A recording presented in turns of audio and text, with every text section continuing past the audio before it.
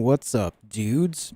As you can see, in less than a couple of minutes, the pre-show for the Summer Game Fest is going to begin. We're going to watch this together live. You guys will get all of my, my live reactions. We'll break some things down that we're interested in. Let's see if anything cool gets looked at during this event. This event will, in total, I believe, last for like 2.5 hours, including the pre-show, of course. The actual event starts at 5 p.m., which is in about 30 minutes.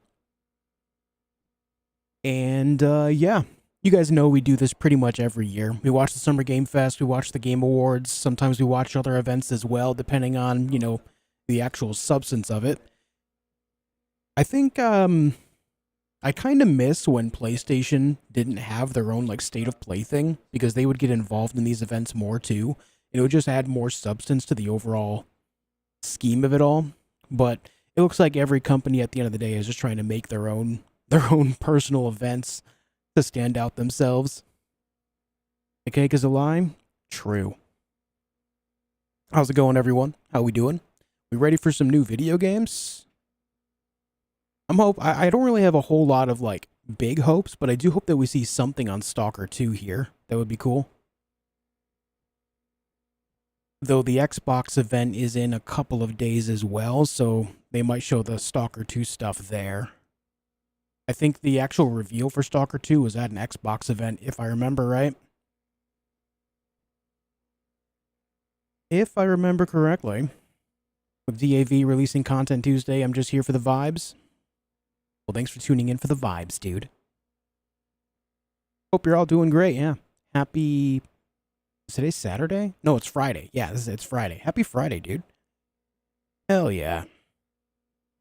And with the new Monster Hunter trailer, yeah, didn't they show something at the recent PlayStation event as well? Are they just going to repeat that same trailer here? Or are they going to have something new?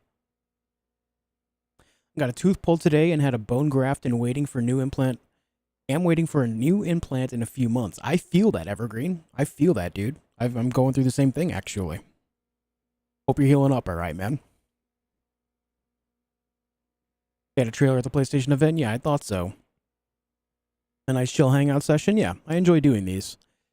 And, yeah, the Elden Ring playthrough that we're in the middle of, the Death Knight playthrough, will continue tomorrow. We'll finish up that playthrough tomorrow. Look at all the people waiting for the official live stream. This is just on YouTube. 168,000 people waiting. Holy.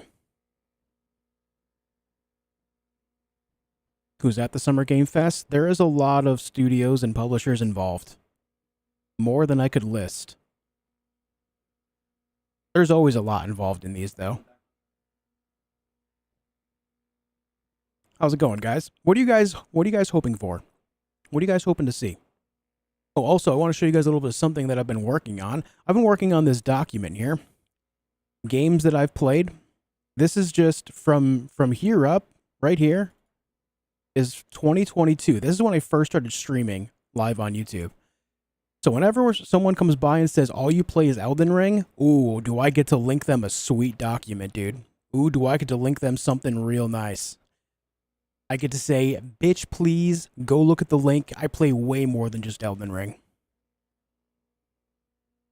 Yeah, that's the document I'm working on, so people have a reference for games that I've played before on my channel, so that way when you guys start picking games that I play live on my stream, live on my channel, you'll be able to understand what games cannot be picked. I know, data entry, dude, data entry.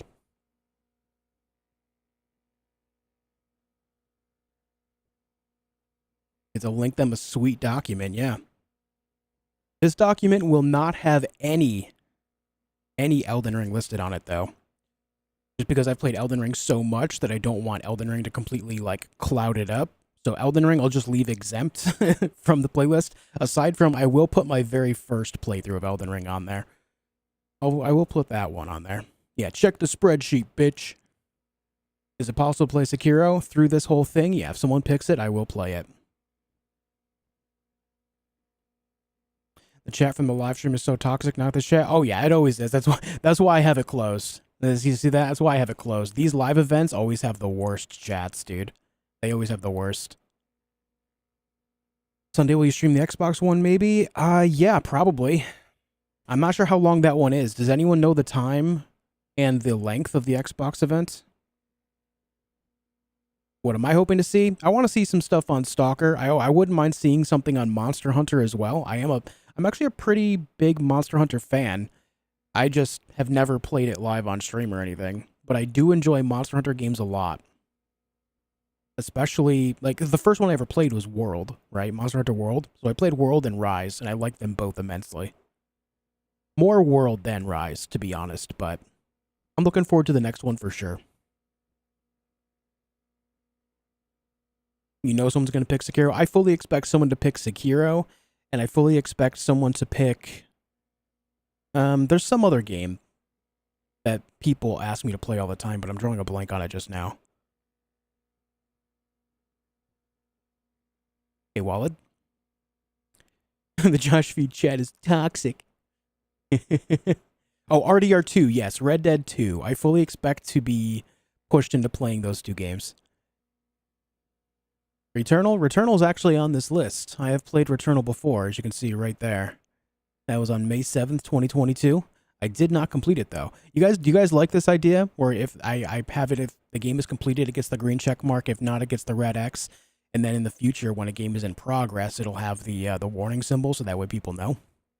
And I have all the links to all the playlists, so people that, you know, want to see that past playlists for games that I have played, it's all very neatly organized right there. Hell yeah. Returnal was bad? You shut the hell your mouth. Returnal's great. I didn't finish it, but I really liked it. You shut up. That game is good.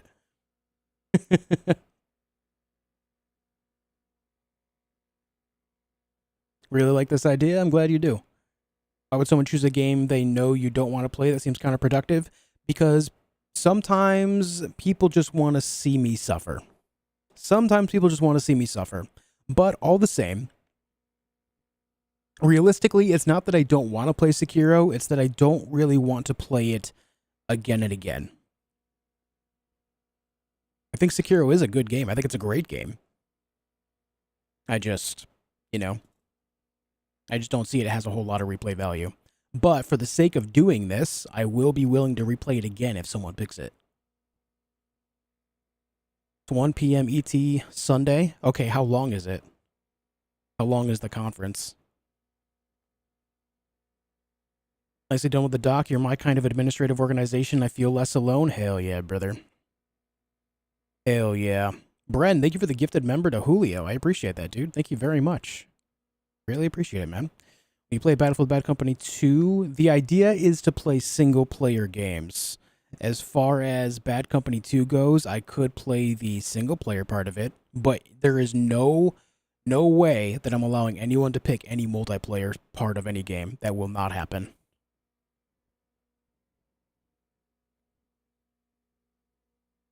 And Bren, HP Loveshaft, gifting a sub on Twitch as well to Goku. Thank you very much, dude. Thank you very much.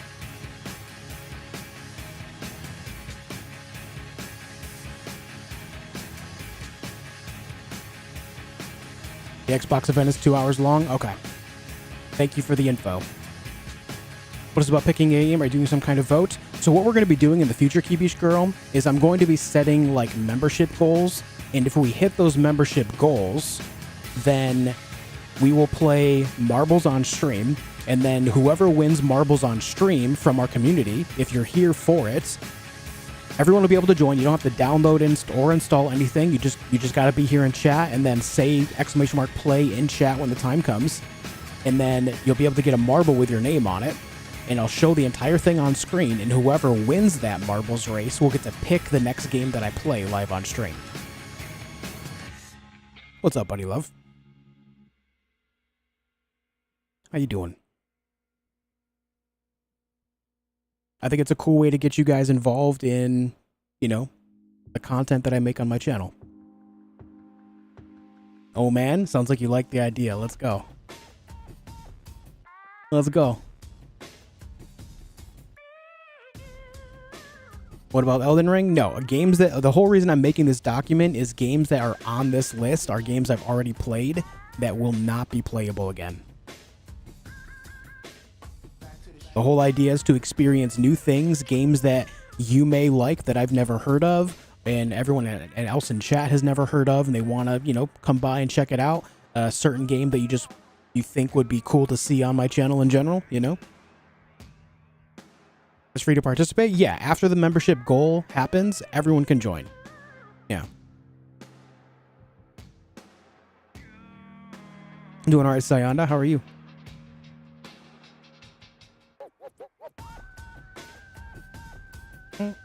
What am I hoping for? I want to see some Stalker 2 business and Monster Hunter Wilds business.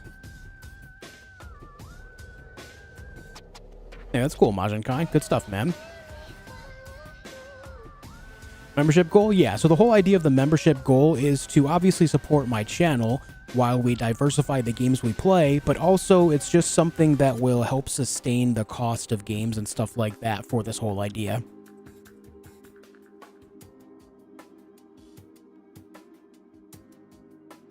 What about Shadow of War? Yeah, I mean, Shadow of War is not something I've played on my channel before, so if you pick it, I'll play it.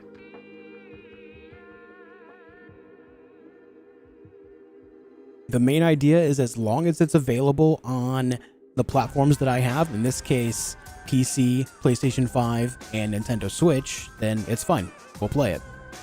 But only if it's available on those 3 platforms.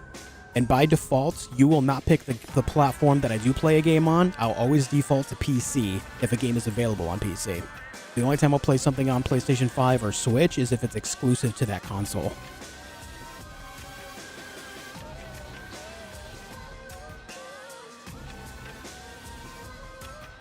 I saw something on the Marvel Blade game being made a while back, Broku, but didn't I read that that game was canceled because the studio was dissolved? Wasn't that the Arcane studio that got dissolved like a month or so ago? So that game is now in limbo. No more rebels do we need? We're not worrying about this right now. This is not something that's happening for a little while yet, as we have current plans. We're finishing up our Elden Ring playthrough, and we have some stuff happening over the next few weeks, you know, with Elden Ring DLC.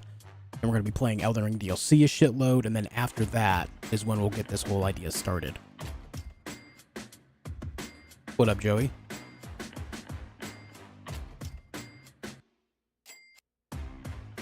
Will there be a list to choose from? Nope, it's just a matter of whatever comes to your mind when it comes to these platforms. There will be a list of games that you can't choose from, which is why I'm making this document right here. These are all games that I've played on my channel already, and so these will be games that cannot be chosen. This is nowhere near finished, by the way. I still have a couple of years to add to this. But this is all just stuff that I've played on my stream since I started, mainly streaming on YouTube back in 2022. Whoops.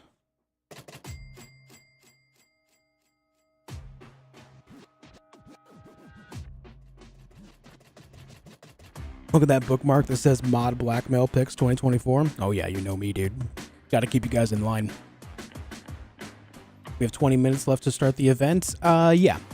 There might be a little bit of a pre-show before then, but yeah. Whoops. Didn't mean to pause it. Namco's getting ready to ship your Elden Ring pre-order. Hell yeah, dude. The DLC. Nice. Story played more than that. Like I said, that's only live streaming portion. That's not all the videos I've made. That's specifically only live streaming stuff that I have on there so far. I started that document like an hour before I started streaming, so I still have a lot to add to that. That's going to be my work after stream tonight. Do I need help with the doc? Not to my knowledge, but if I end up needing anything, I can reach out to you. If that's cool. Not my like I said, man, this is only live streaming stuff for 2022, and I just got into 2023. And I didn't start live streaming on other games outside of Elden Ring on YouTube until May, when I actually moved to YouTube at the very tail end of March. So like I said, this is a very small amount of what I've done. I think you're underestimating things right now. Like I said, I've barely worked on this document.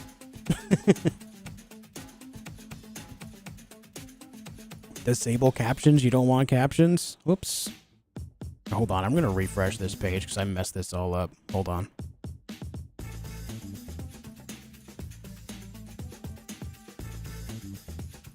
Let me know. Sounds good, man. What is this that we're about to watch? Noob here. This is the Summer Game Fest. This is a festival of trailers that happens every summer. One of the several that happen every summer, Laura. Basically, there is a host named Jeff Keighley. He runs the whole organization around Summer Game Fest as well as the Game Awards. And he organizes a bunch of trailers for all sorts of video games from all sorts of studios and publishers from around the world. And basically, for the next couple of hours, we get to live in the glory that is upcoming video games in the next couple of years. It's basically a preview of what to expect in the video gaming world. Hey, Leela. Yeah, give me time. Let me cook.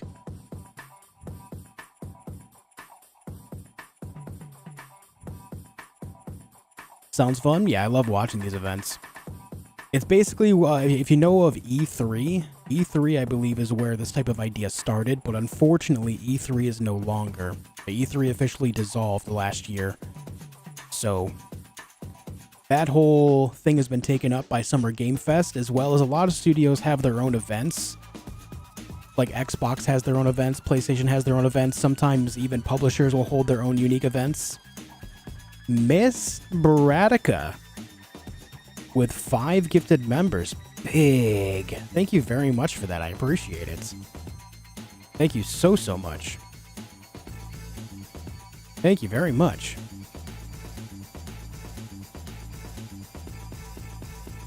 I appreciate that.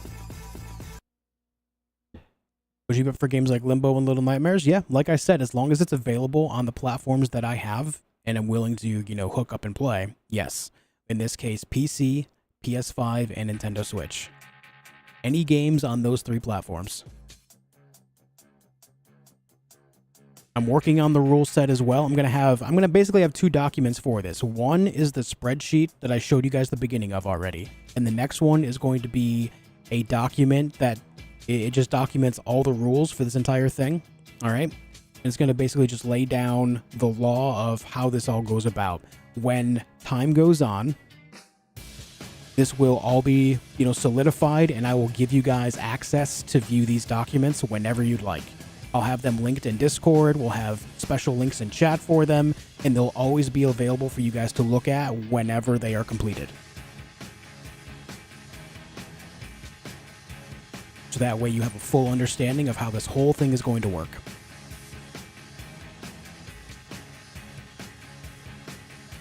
I'm doing well. My recovery's doing fine. I do have a filling appointment on the 20th, which is one day before the DLC. But outside of that, I'm doing great.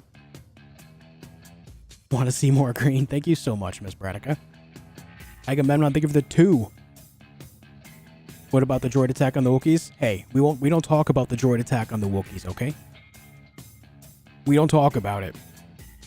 Thank you for the 2, Agamemnon.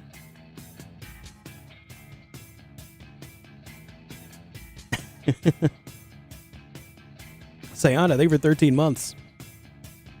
Did you finish Hellblade 2? Yes. What are your overall thoughts on the game? I thought the game was quite the experience. I will say that the graphics are obviously better than the first game. And I would say the audio is even better, how it's all done.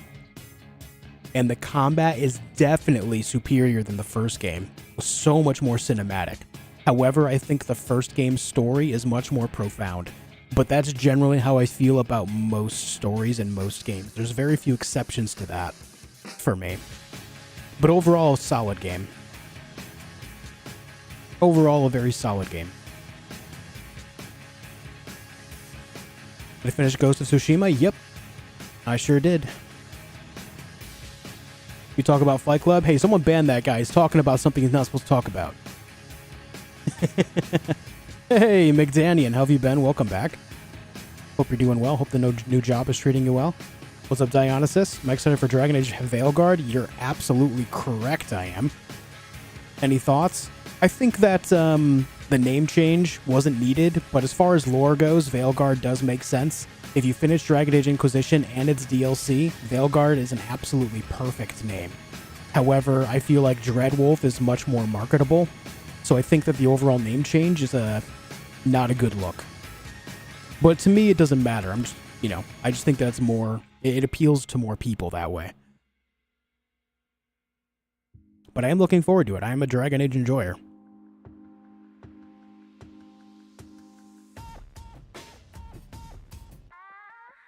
The music is a vibe.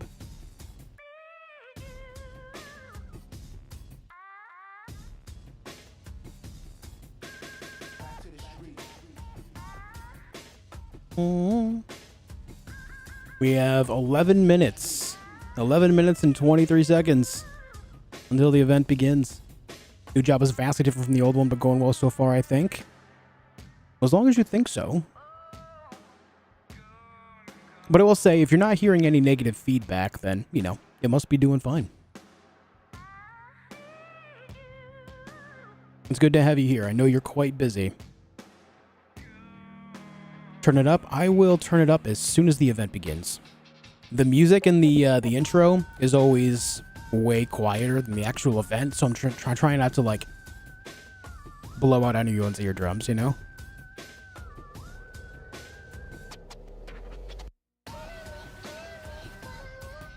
Perfect, Seth.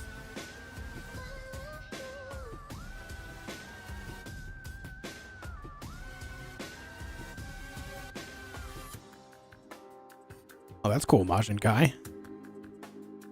Oh, you're jamming out? All right. I'm just trying not to blow anyone's eardrums is all. Thank you, coming from a headphone user. Oh, yeah. Dragon Age, never heard of it? Me neither.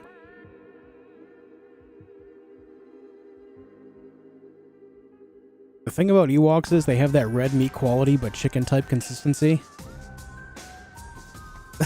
That's very specific. That's very specific.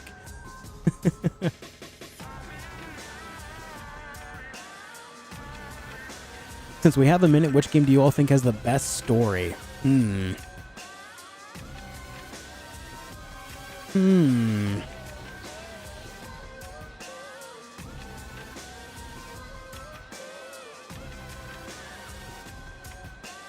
No, Omar, I don't know who that is.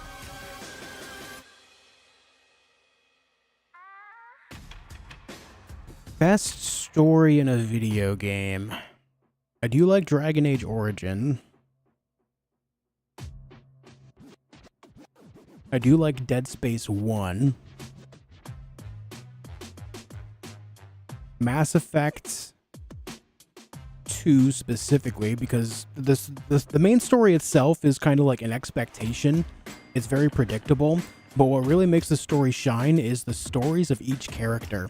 In fact, this might be a weird parallel, but the loyalty missions in Mass Effect 2 actually remind me of the Dan Simmons book Hyperion.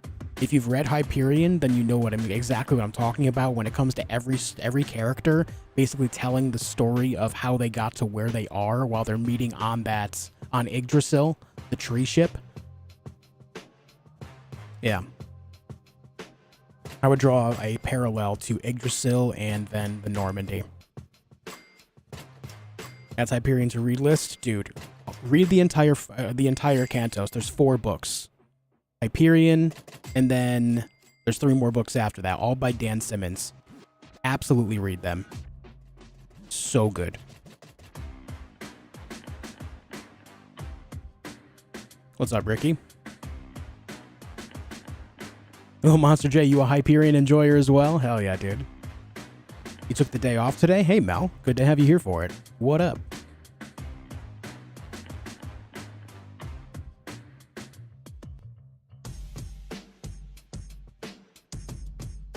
Limited experience so far. Limited experience, so my favorite so far is Horizon Zero Dawn Forbidden West. I like Zero Dawn's story a lot more than Forbidden West, but the gameplay of those games, oh. I gush about it every time it comes up. I love the gameplay so much. Zero Dawn's story is pretty solid. Forbidden West is lackluster, but don't really care because the gameplay is so good.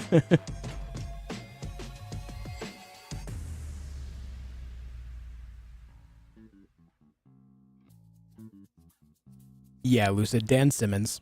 Spelled exactly like that.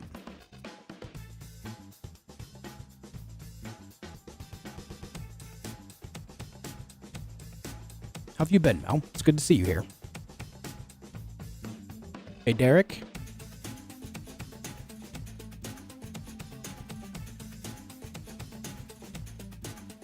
I get home about the time Josh gets done streaming now. Do a lot of lurking at work with my band hammer. Always gotta keep that thing on you, you know?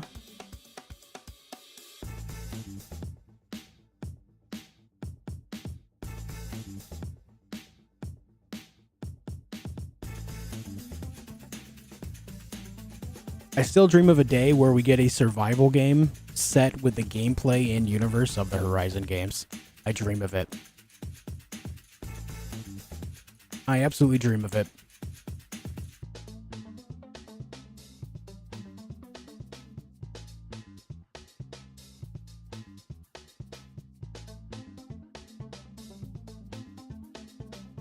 Read the Horizon visual novels. They're also excellent and tied to the story, even hinted at in Forbidden West.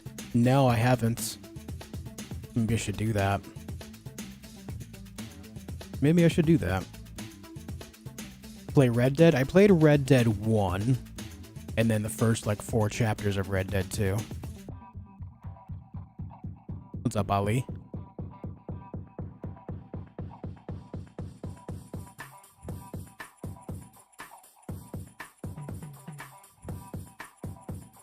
I just couldn't get into Red Dead 2, man. Loved Red Dead 1, but 2 just couldn't grip me. Played all the Dishonored games. I played Dishonored 1. That was it. Cubish Girl, thank you for the $20 super chat. Huge. The new Silent Hill 2 in October. Not sure if it'll be on PC, but I did love that game. I know you love Resident Evil franchise, so would you enjoy something like Silent Hill 2? Depending on what other games come out around that time, I might try it out, but I will be honest, I've never enjoyed any Silent Hill games that I've played. They're very atmospheric, but I don't really get the whole horror vibe of it. However, depending on what games come out around it, there's a good chance I'll try it out. Thank you for the $20. That's huge. Thank you so much. Highly appreciated.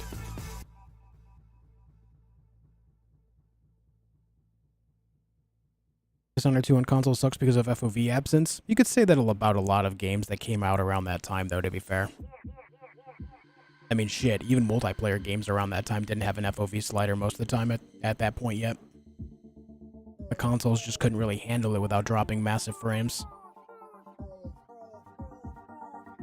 That's obviously a lot different these days, but it was standard for the time.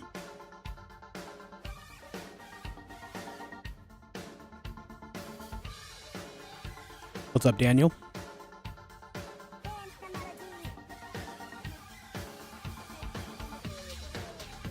Ever play Outlast? Yeah. Yeah, I was never really a fan of it.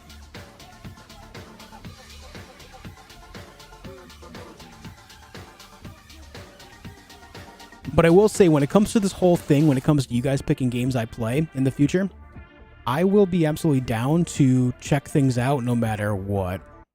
Let me up this to 4K. I will always give at least one full stream to whatever game the winner of the whole thing picks. If I like it, I'll continue on. Or if I just want to keep struggle busting through it, I'll continue on. But I'll always give it at least one full stream. Here, Miyazaki's in LA. That's a big rumor going around right now. Do you guys think we'll see Shadow of the Erdtree stuff today? Missed stream yesterday. How was it? It was good. I had a good time. I think the Death Knight build is pretty fun, especially since we got Ghost Flame Ignition. That spell actually does pretty good damage in a large area. If you know of the Phase 2 Deathrite Bird transition attack, that is Ghost Flame. That is the Ghost Flame explosion attack. It's very good. Hey, Crime. Hey, Jojo. Probably not, Elgranon. Sorry, bud.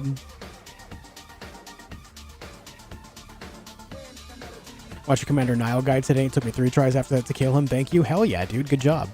I'm glad I could help. Hey, Pebbleston.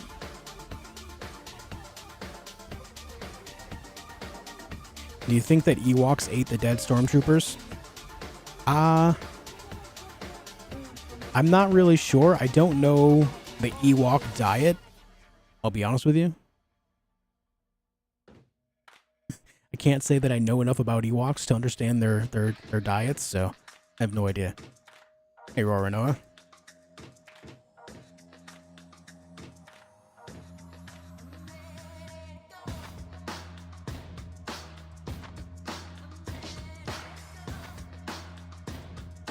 They play drums on their helmets, unhinged behavior. Yeah, you know, that is a fair point. That is pretty unhinged, isn't it? I feel like they did make a meal of them then, based on that idea. That is true. All right, guys, minute 15. Minute 15. It's almost time. I'm excited to see what games get announced. What up, snowboards? Could do another Witcher playthrough in correlation with the next season on Netflix that no one's gonna watch. Yeah, true. You gotta do what you gotta do, Gerald. What's up, Hovey?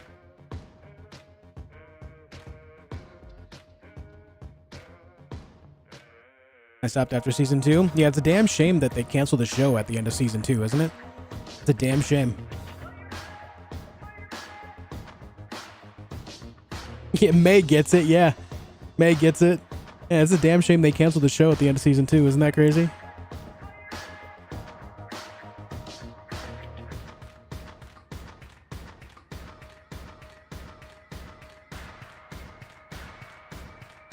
All right, guys, about 10 seconds left. Let's see what gets announced here. I'm gonna be adjusting volume to make sure no one's eardrums are getting blasted, okay? I'm gonna lower it all the way down, and then we'll raise it back up, so that way no one's eardrums are dying.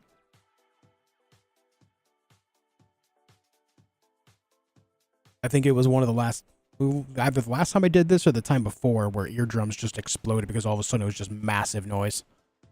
Please welcome to the stage, the creator of the Game Awards, Jeff Keighley. How's that, guys? How's volume?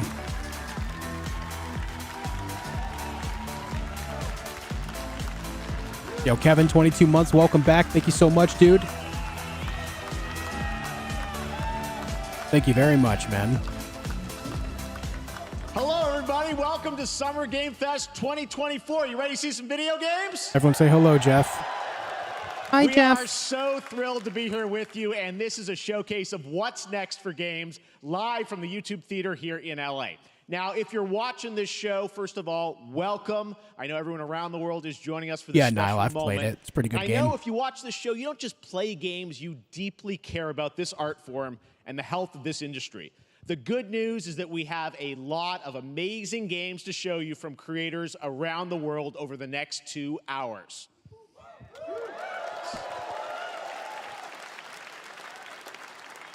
But let's also face it, this has been a tumultuous and difficult year with company layoffs and studio closures, which have disappointed all of us. Yep. But there's also something else happening. Our industry is evolving and changing. And thanks to digital distribution, smaller teams and new creators are finding incredible success.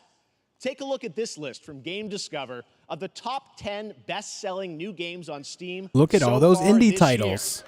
year. 2 of them are considered, big company games, but the other 8 come from indie, mid-sized Remember when I said teams or it's the developers. era of indie titles? This list, Remember when I said that? It's pretty cool, right? And I get inspired that new ideas, new teams, and smaller creators can and will break through. It's a reminder to big companies. What's Balatro? It's a card. Right, it's a poker-based roguelike and success. It's actually pretty That's good. what makes this industry so great. And you'll see that reflected in the show today, because over the next 2 hours, we'll have big franchises on stage like Star Wars, Batman, and Harry Potter, but also smaller titles, including a few games made by single individuals and first-time creators that we invited to be part of this show because we think this platform is important as a way to show you new things that you might not even know about. So when you see a game that piques your interest, please wishlist it, or even better, send it to a friend and get them excited. Yeah. That's how we together Yo, can Shark, they grow were the 22 gaming community. euros, dude. We are going to do that Not to sound today. mushy, but I absolutely For love the hanging next out with 2 you all hours, with we these have a special lot of occasion games to streams where we show all you, get to hang out plus experiences Day of the together. Devs Yeah, I love directly doing it after too, with man. even more I'm glad indie you enjoy it titles. so much. So should we get to the games? Yeah. Thank you for the big generosity, Shark. I appreciate it loads, dude. It all begins Truly right appreciate it, now. man. Here's our first announcement. What are they starting off with? Next. Thank you, Hey, look, Shark. This is a hot dog guy auditioning for the lead and unannounced action game. We see you as more of a sidekick. Oh, sure, I get that a lot, but check out my range. Okay. Rage! Empathy. Oh, hilarity! This guy! Straight! And what game is this? Oh, it's gonna be Lego Horizon, dude. Okay, I'm in. Hey, neat costume. I gotta get me one of those. Ooh, sandwich. Sorry, gotta go. Okay, if they're doing this, they need to give me all sorts of Lego sets of the different monsters, the different machines. Thunderjaw went mad and is tearing through the valley. Don't worry, I'll bring it down. This is gonna be fun. Yeah, right in the eye. And cut fire. Oh, this is gonna be cool, man. Hero, hunting machines all by herself. Hello, I have friends, you know. Let's do this! Right. A friendly hero, hunting with her pals. I have the tall neck Lego set. It's actually really cool. Exploring, Wow, what is this place? collecting all the shiny things. But it's the only official Horizon Lego set to date so far. Making a home.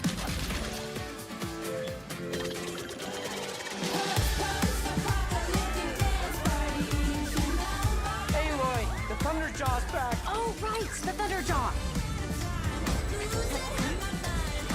Ooh, that's a big one. Here we go. Oh yeah, King Kai, I'm ready. Down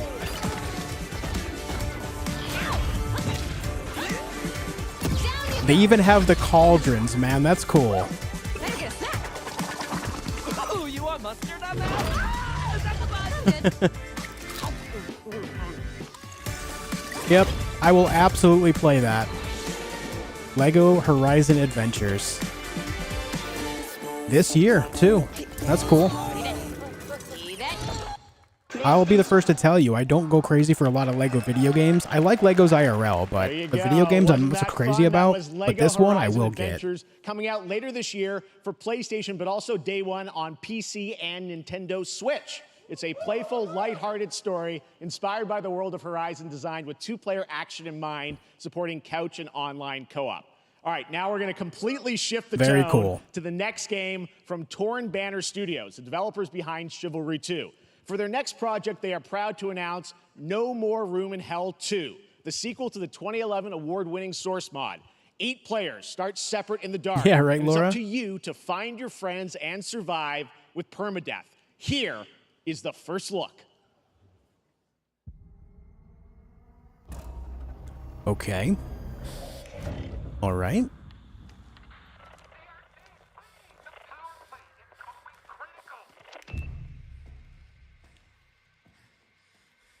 You're hoping for a new Doom game today?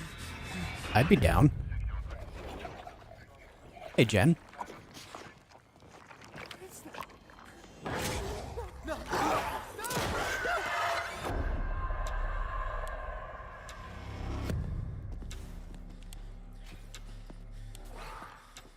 This trailer's very quiet.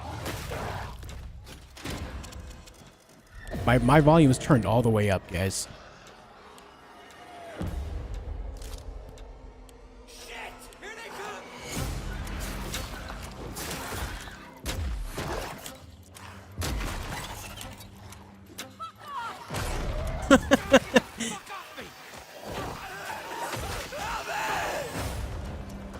Okay, you say permadeath and my interest just skyrocketed.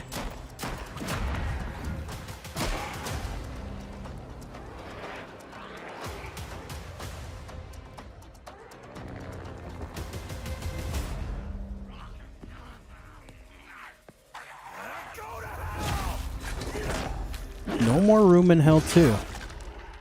Halloween this year and early access. Okay.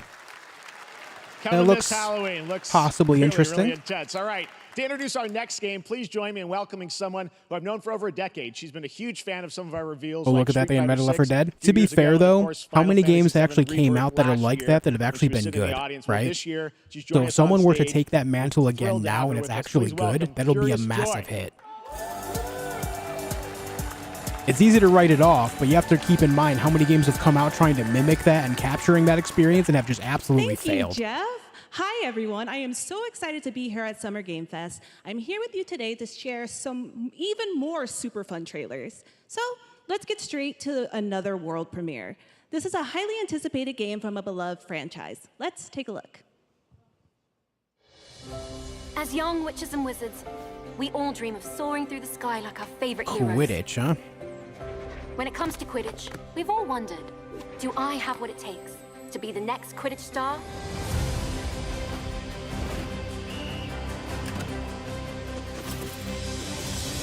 To beat your toughest opponents? To keep your composure in the face of adversity? To chase your dreams at any price? To seek glory Back your for Blood team? was meh. Yeah, it was. No challenge is too great. No dream is too big. So ask yourself, do you have what it takes? Yeah, world Do you have premiere. the heart of the Quidditch champion?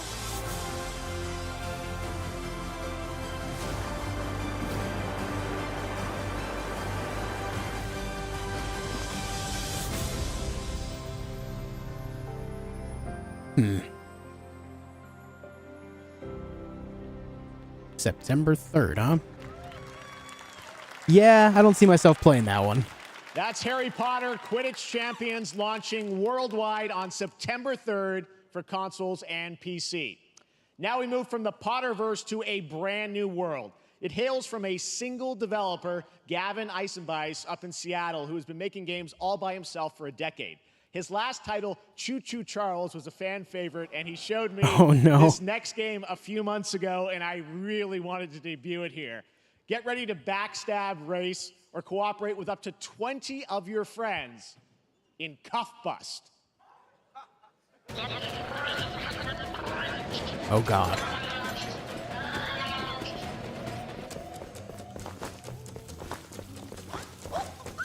Is this the next Among Us?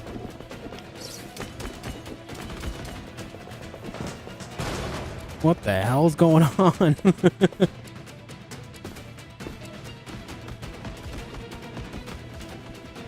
This is gonna be like, reminds me of like Lethal Company. That type of game, you know?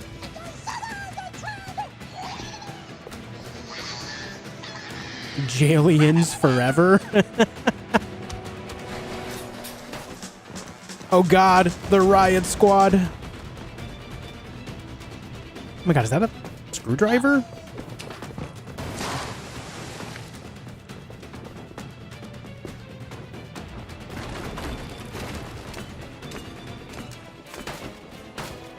I'm streaming this in 4K, Shark. I think it's a matter of YouTube compression twice over because I'm watching it in 4K, but also streaming 1440. But also, a lot of these trailers are seemingly a little bit lesser quality than they should be.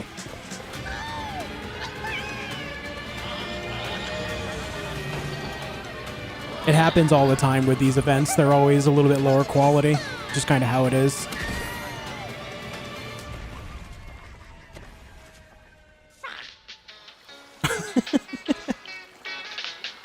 Yo, they made it.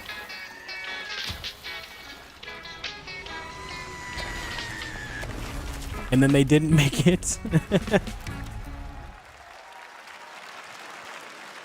Yeah, looks like it could be a fun for a little while. Remember, that's all made by one person. Congratulations, Gavin. So glad to have that on stage.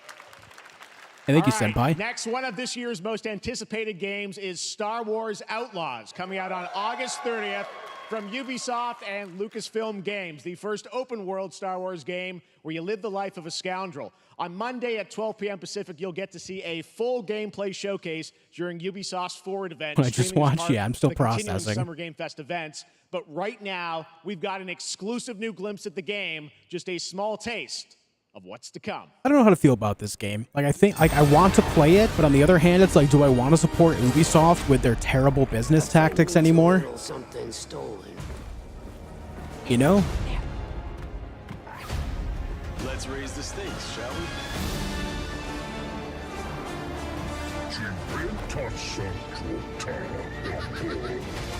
Hold tight!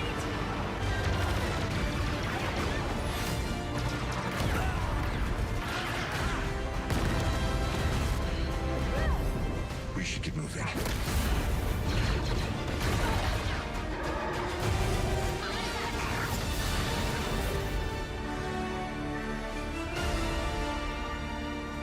We'll see what happens when it comes closer to launching. Think guys spotted. I'm still very Lando torn on that there. one. So great. And by the way, I'm just noticing everything we've shown you so far, I think is going to be, coming out, this year. Yeah, that's how I feel about it. A lot of their games feel samey. Their business practices are terrible. All right, well, moving back to smaller teams, a few We'll see weeks what ago, happens. I had We'll a see. chance to play through this next game, and I have to say, it is really spectacular. Neva comes from Nomada Studio, the creators of the Game Award-winning game Grease. It chronicles the story of Alba, a woman bound to a curious wolf cub. Here's your first ever look at the gameplay.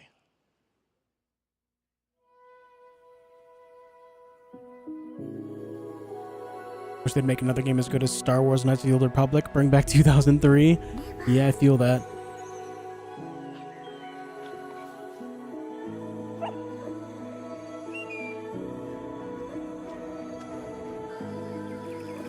Bet you this has Algernon's eye. Yeah, he says sign me up for this right now. Yep, I figured.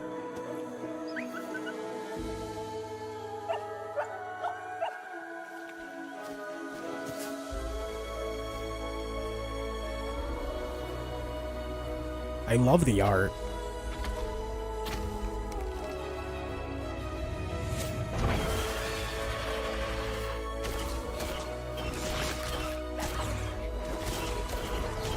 Like the Division, but the rest is just recycle, and so is Division, to be honest, just a different recycle. Yeah, completely agree.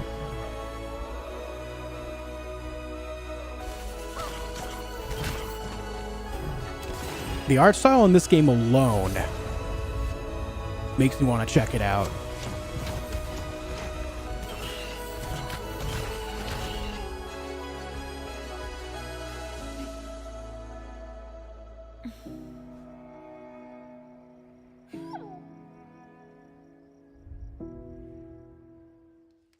That's this year as well. Trust me, that game is such a true work of art, especially when we get into some of the combat. It is tons of fun to play. And there's much more coming later today in the Devolver Direct, which will air directly after the Day of the Devs on this same stream. So we've got lots more for you. All right, next, it's time for our next game announcement. What's up next? Dune? Study the past if you would define the future. All are architects of fate, working in these Not walls Dune. of time.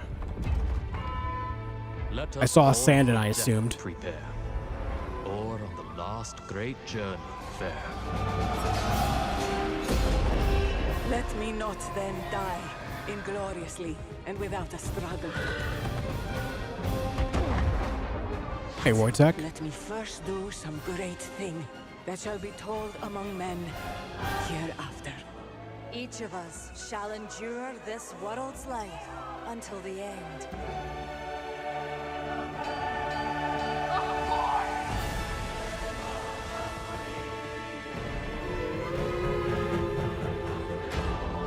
Maybe Civilization?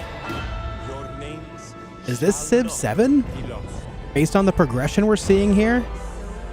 We saw the Industrial Revolution, we're seeing the Space Age. Is this Civ?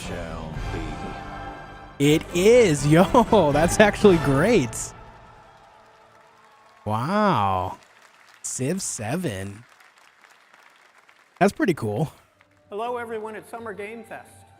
On behalf of the Firaxis team, we are thrilled to finally announce I've not played that Civ since Civilization 5, 7 is coming but I have always to enjoyed them. PC and consoles next year.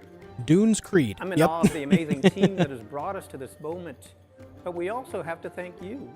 Once our I made incredible sense of fans how around the world eras for were your progressing. overwhelming support of this franchise for over 30 years. We can't wait to share more, and we hope you'll join us later this summer for the full reveal of Civilization 7. In the meantime, stay civilized.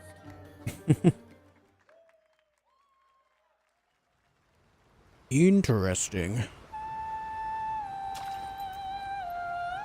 Wukong. I think this is Wukong.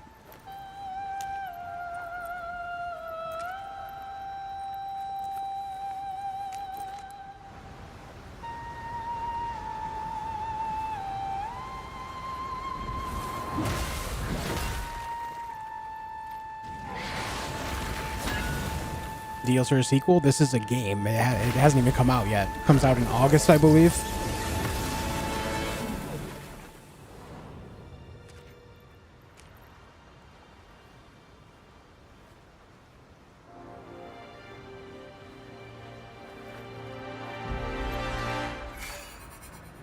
Bro, why do you keep things in your ear? What? What the hell? Alright. Black Myth Wukong. Yeah, I'll be playing the hell out of this game, guys. You already know. August 20th. Fully expect me to play that live on stream that day. For sure. For sure.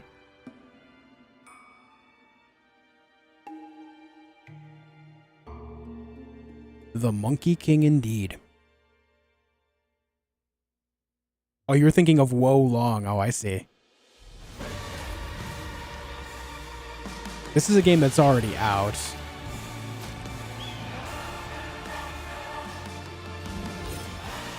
As far as VR goes, I heard this game did pretty well. But I just don't play VR stuff yet myself. Nothing VR has truly appealed to me yet, so I've just never bothered.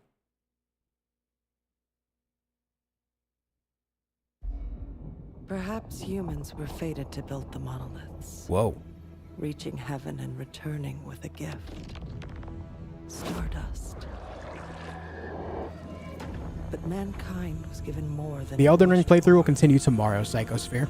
Not progress, but chaos. Every new height brings a terrible fall. And yet hope still glimmers, even in the depths of the unknown, like mayflies. We die to live again.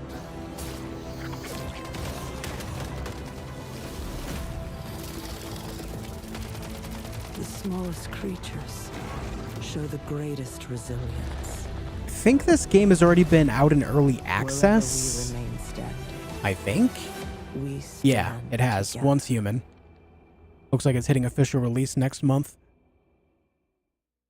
Interesting. What does greatness mean to you?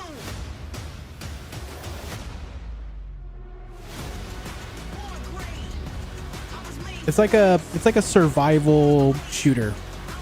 It's kind of interesting.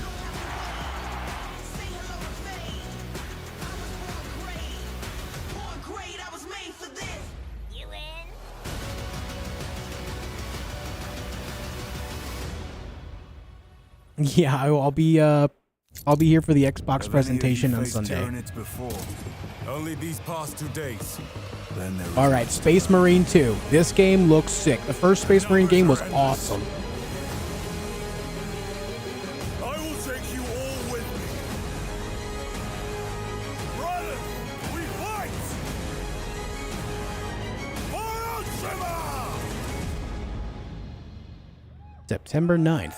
Oh, dude, I forgot that comes out right after Stalker 2. That's rough. Damn it, dude. All right, welcome back to Summer Game Fest. We've got some amazing developer guests joining us throughout the show, and I'm very excited to introduce our first guests. They are legendary creators who are working on a brand new fantasy RPG, Metaphor, slated to launch this October. Please welcome the director and art designer of Persona 3, 4, and 5, Katsura Hoshino and Shikanori Shojima. Okay. Soccer 2 is going to be great. I hope so, man. I'm really looking forward to it.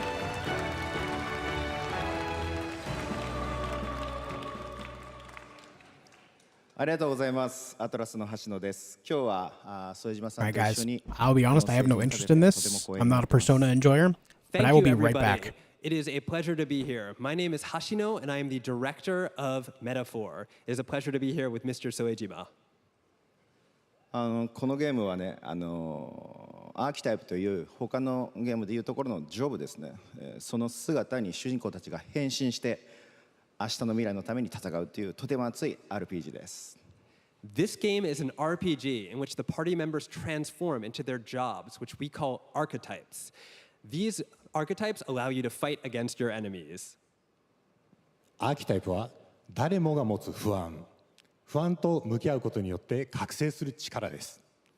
すべてのアートワークは力強さとオリジナリティを意識して描いています。その総数は40種類以上にも及び、経験を積ませると一部のアーキタイプは進化することもできます。Archetypes are the embodiment of power born from the will to face your fears and anxieties. We gave it our all to instill each and every archetype with a feeling of strength and uniqueness in each of their designs. In total, there will be more than 40 types of archetypes available in the game.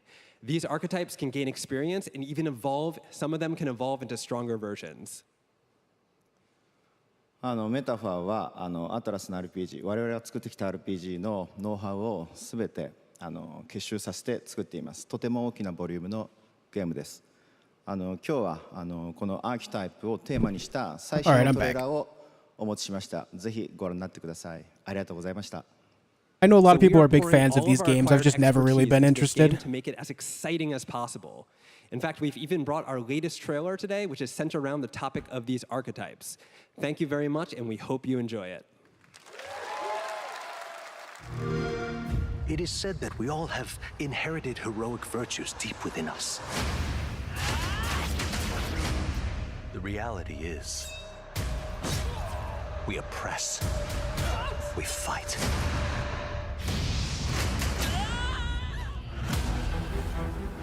A great evil flows through this land. You have found a way to wield true magic.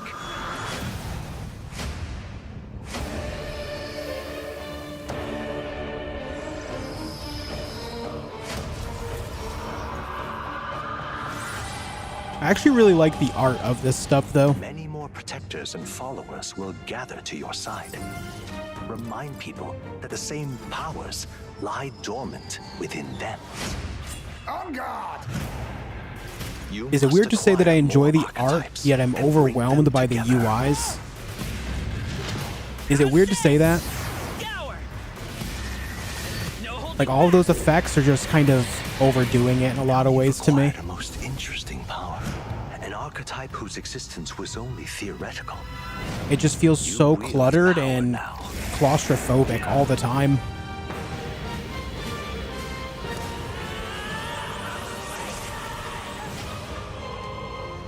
They're meant to be flashy. Yeah, they are. I get that. That's part of the art style. But it's just like when it comes to the gameplay, it's just... sometimes it's just so overwhelming. Such an honor to have Hoshino and Shojima with us on stage. Thank you guys, and for that deep look at the archetypes, such stunning visual designs. Now we're going to jump into the Arkhamverse. Batman Arkham Shadow is a MetaQuest 3 exclusive VR game coming later Everyone this year. went, woo, Batman, Arkham! And then he said VR, and everyone's like, oh. Mysterious Rat King and his cultish devotees. Here's your first look at the story trailer for Batman Arkham Shadow. I love that so much.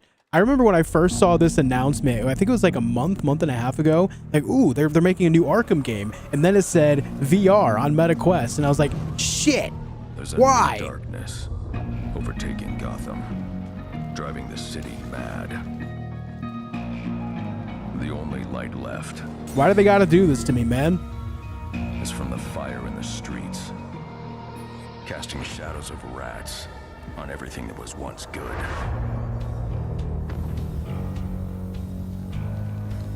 Fear is their weapon. But they're not the only ones who can use it.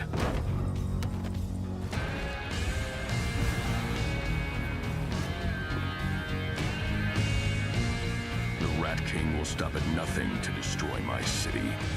How far will I go to destroy him? Despite all my rage. What do you think of the Quidditch game? I mean, it looks like it's just going to be like a, you know, a fantasy take on a sports game, which I'm not really interested. When the bat falls, the rats rise. Was that Bane? Who was that? Oh no, that was probably Rat King. You said the rats rise, right? The Arkhamverse. Now, Rat King. It is time to update fans on a legendary fighting game franchise. And that includes me. Because I have been a fan of this series ever since one of its first iteration and have been playing each one ever since. So, let's check it out.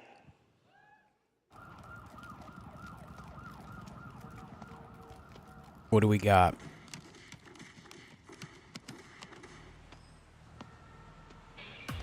Hey, Joseph.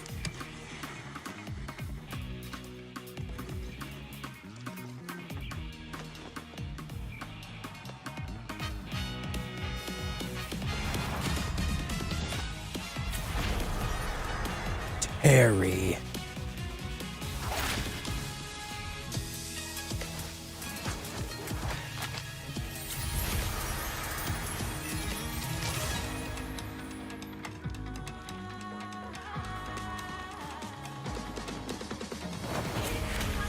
I've been out of the fighting game loop for a very long time.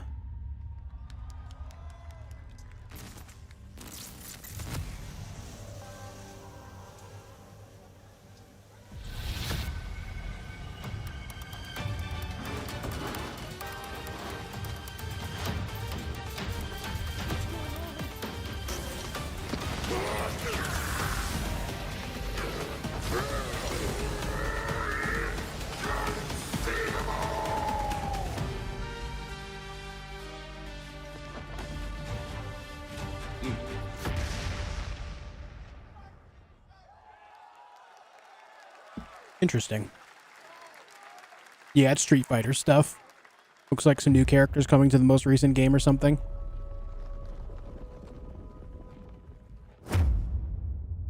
Is this still Street Fighter? No. Okay. It's like, wait, when did the Scottish enter Street Fighter?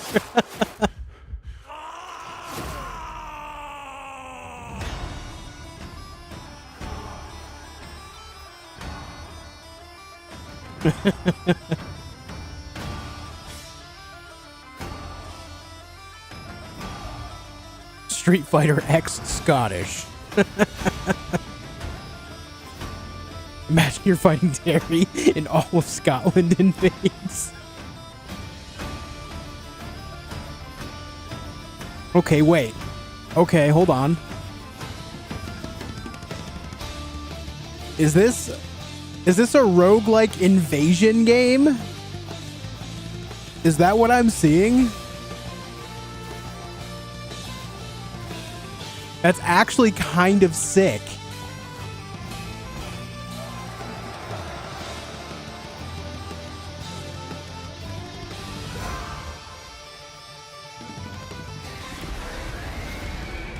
Roguelike co-op hack and slash Tears of Metal.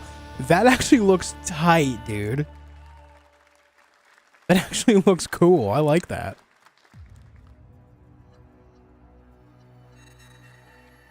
Oh, this is Dragon Ball, I think. I guess we'll see. Yep. This will be when the true battle begins.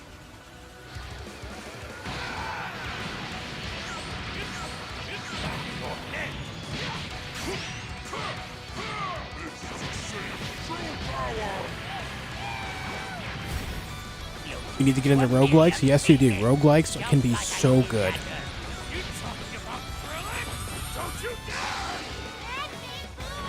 Things like Hades, Curse of the Dead Gods, Dead Cells, Risk of Rain 1 and 2, Binding of Isaac.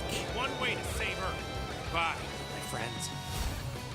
No matter what it takes, I need to rescue Gohan. Goku, wait! What? Never forgive you for this! Now you will suffer my wrath. You are a prison boy. The base idea of a roguelike is where you go on like a... You play the game, and you're actually intended to die, but there's this thing called meta progression, where you gain some type of experience or currency, so that way when you're outside of a run, you can use that currency or experience to level up your characters to make them stronger, so that way the next upcoming run you can do a little bit better on. There you go. Yeah, right, Internet. Daz, We got yeah. your release date for Sparking Zero, October 11th. Now we step into the world of Delta Force Hawk Ops, a free-to-play tactical shooter available to play on all platforms. Here's a look at their multiplayer FPS extraction mode. Team, rally up. We've got a new mission. Operation Light. Yo, Dimmy, 11 months. Welcome back. Thanks for all the amazing stream, Josh. Much love from Belgium. Hey, much love, buddy. Thank you so much. Conflict's escalating between Havoc Corps and Alsara Guard. It's time to take action. Yeah, Tears of Metal was the name of the game. Collect and decode the Mechabreak, located at the tourist center of the southeast region. We need to utilize terrain for stealth insertion. Execute swiftly and silently. Later, Sven. We're in position. Looks like someone beat us to it. We need to pick up the pace. Neva, clean the balcony. On your mark. Balcony clear. Go, go, go! Clear the area. Shield down. I'm going in. Shit! They've got a flamethrower.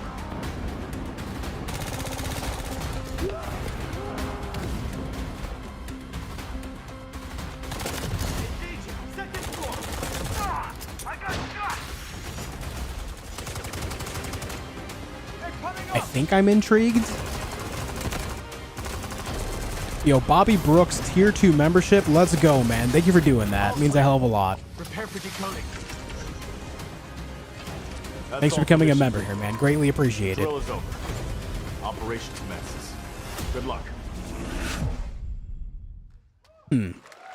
I'll need to see more on that. But I don't know. that is not all. The game's premium campaign mode, Black Hawk Down, is a reimagining of the original game that is also fully licensed to recreate moments from the award-winning Ridley Scott movie. Here is your world premiere first look at that gameplay. World premiere. Yeah, it looks like Rainbow Six crossed over with like an extraction type based gameplay, which could be interesting. Why are they burning tires? RPG! Mogadishu. Hold on! All units prepared for landing. 2 teams, 1 foot. Clear. Secure and capture a team in your cabinet. Over. Get down! Get down! Enemy attack! Air strike! Enemy vehicles coming! Vehicle under attack!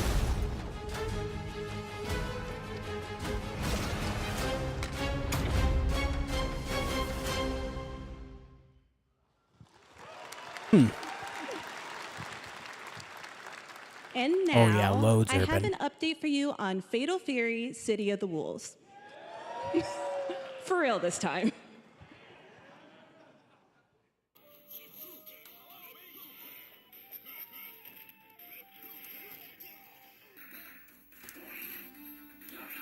Yeah, the frame rate for that looked pretty bad.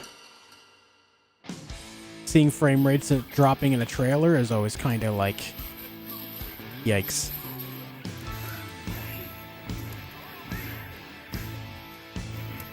I don't know. I need to see a lot more of that game before I can really come to any conclusions. Booba!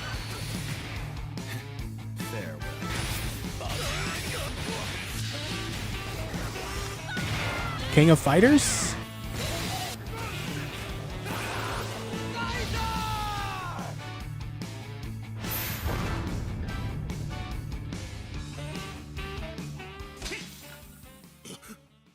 yeah. Fury.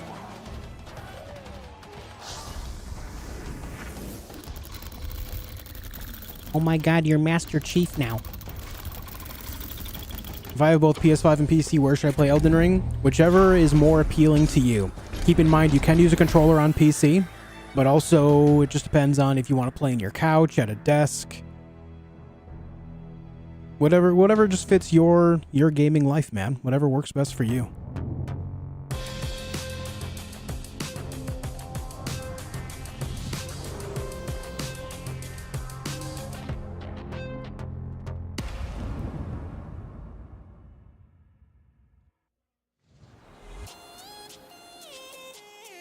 Wee wee. What do we got?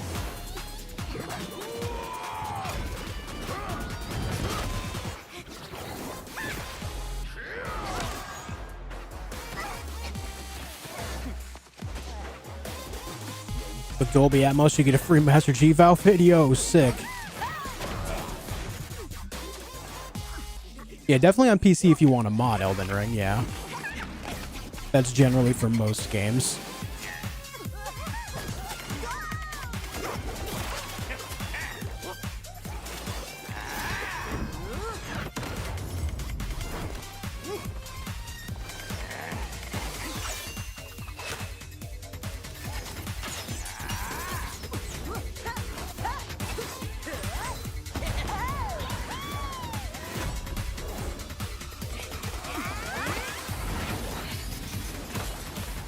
Okay, now I know what I'm looking at. The animation was cool, but please show gameplay. Thank you. You're next.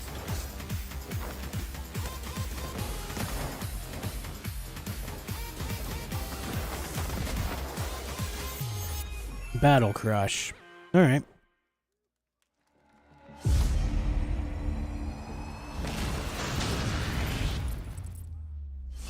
Okay.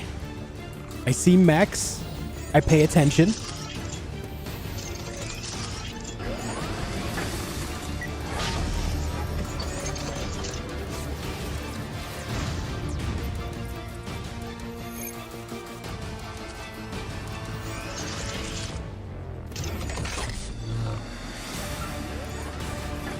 No, this isn't Armored Core.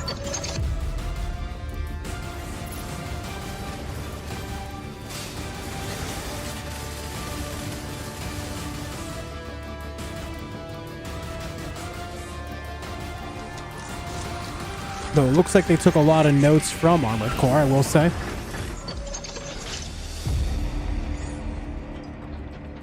Closed beta, August 24, Mechabreak. Oh, right, I did hear about this. We're back here at Summer Game Fest, and that was a look at Mechabreak with its immersive aerial and ground combat with lightning. I'll take a look at fast that. maneuvers. I enjoy mechs. Next, Jason Blum and his Blumhouse banner have become synonymous with incredible horror films over the years, like Get Out, Megan, and last year's Five Nights at Freddy's. Well, now Blumhouse is entering the video game world in a big way.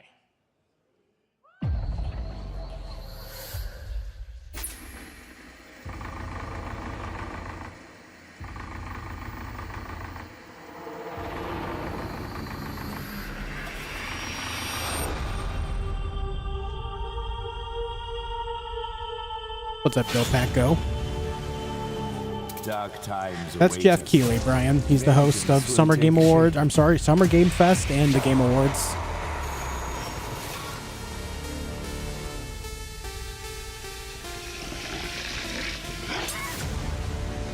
Okay.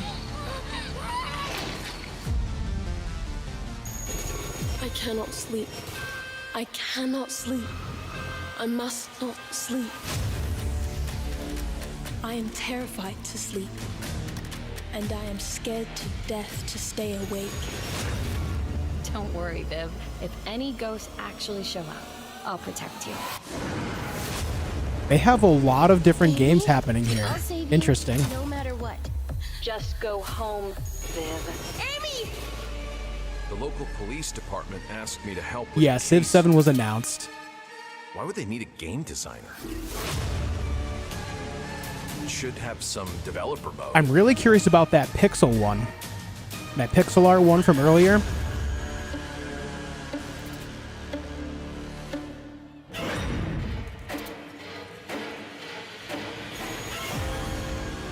Dark times await us. This is several games all in one trailer, guys. They're basically just announcing that, yes, we're making a bunch of games under our name.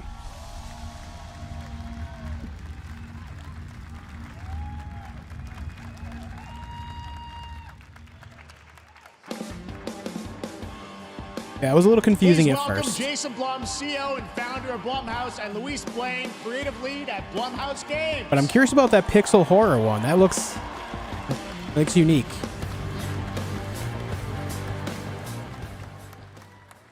Hey guys, so we got ourselves a full slate there. That's incredible. So Jason, tell us a bit about why did you want to get into games like this? What are we doing? Well, we've been very, very busy. I'm very happy to be here. Thank you for having us. Thank you guys all. Great to hear the fans out there.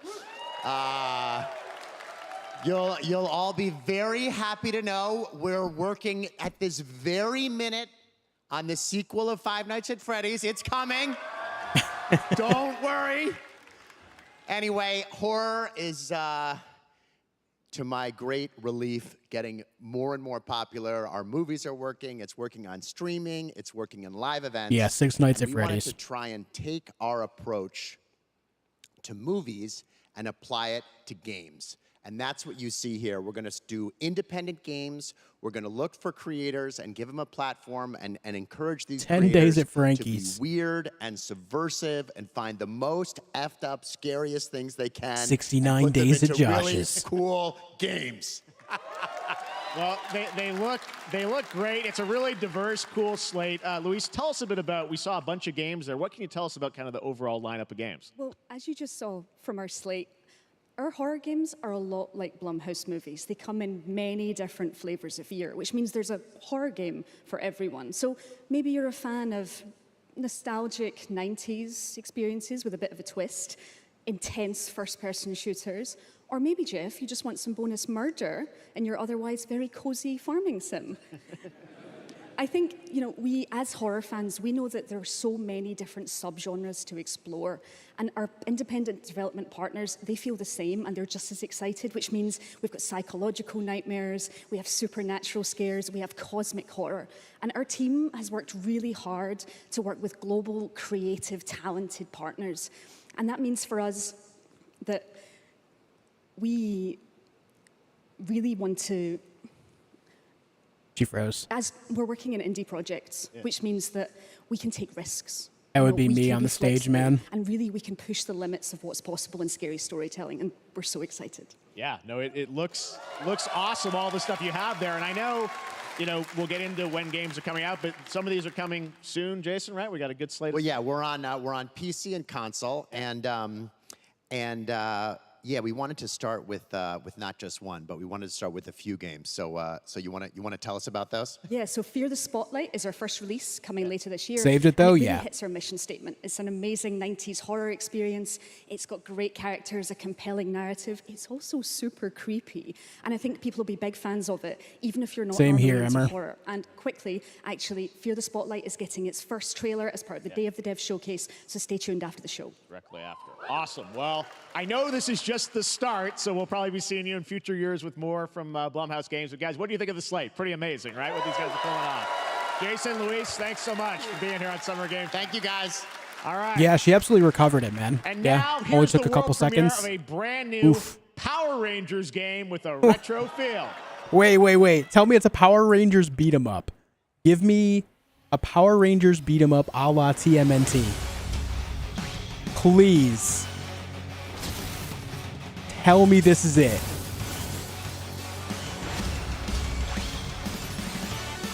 Yes, dude, that's sick.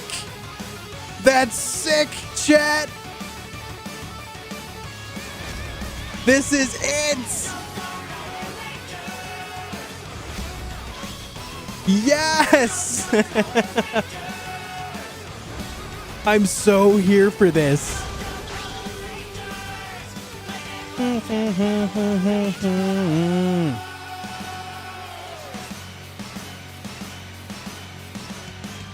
Yo, Daz, want to co-op play through this on stream like we did TMNT? You guys remember that stream? I'm down, I'm down. Let's fucking go, dude.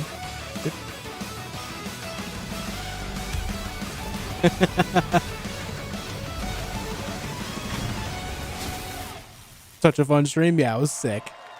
Dude, that's so cool. No release date, so it's still a while away, but I'm there. I'm there for that.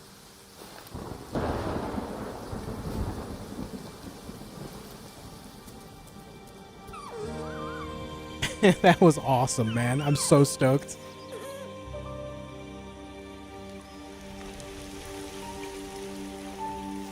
Are we about to have the feels? Oh, this is a game that's gonna make you experience emotions. I don't know, man.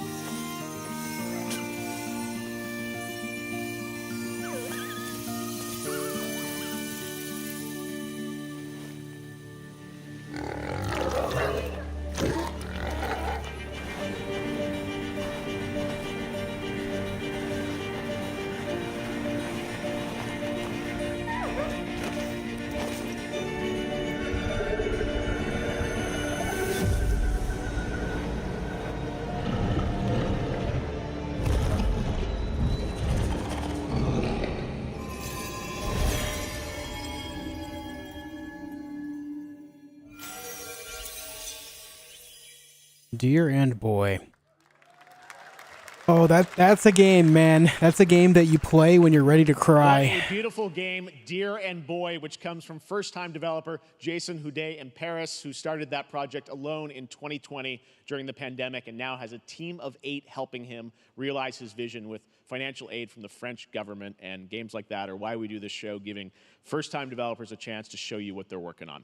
All right, next, after a long wait, Kingdom Come Deliverance 2 is arriving later this year. This is a first-person open-world action RPG from Warhorse Oh, you know me, Studios. Paul. I'll be getting a bunch of Here games. is a brand new look. The best laid plans of men don't always come to fruition. This guy's voice. Man proposes, but God disposes. And then boots you right in the balls. These 2 young fellas, I need to find them. One's a smart-ass smith, and the other's a blue-blooded fledgling. You behave like a spoilt brat. How dare you speak? Oh. Gentlemen, praise be to our Lord Jesus Christ. Our Father, there are many sinners in this world. Whoa! But in the end, we all face your judgment for what we should have done, but lacked the courage to do. The last time I ran away, I lost everything. I'm never gonna run from that fucker again. Kiss our asses! God, is this retribution for my sins? To the task!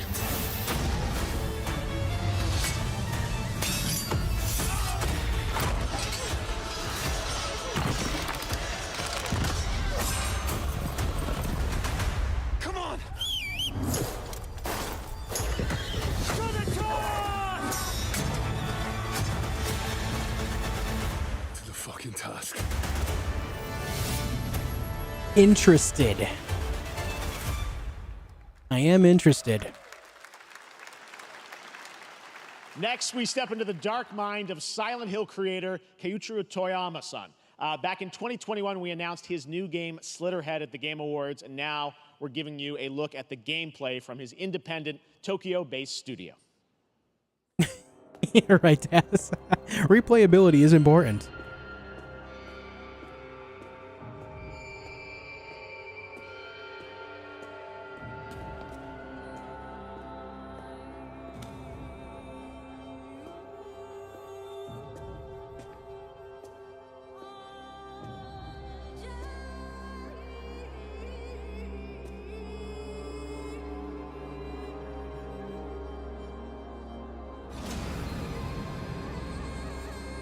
You seem to be missing an eyeball.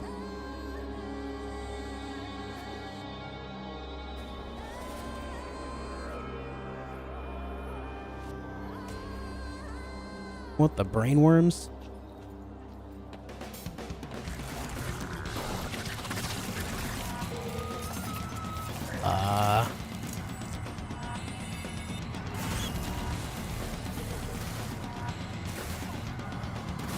Buddy, you gotta stop getting hit by these weird insects.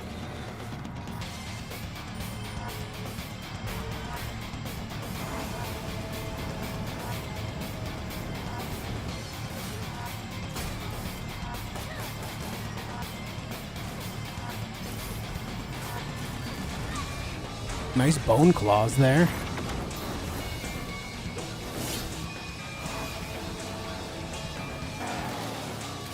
I'm confusingly intrigued.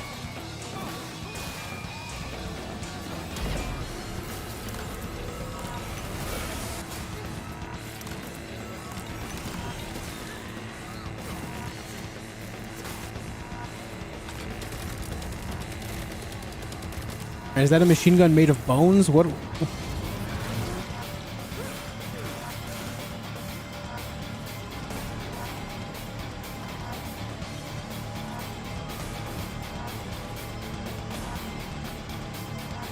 That's a popper. An evil popper. Yeah, what the hell? What is going on?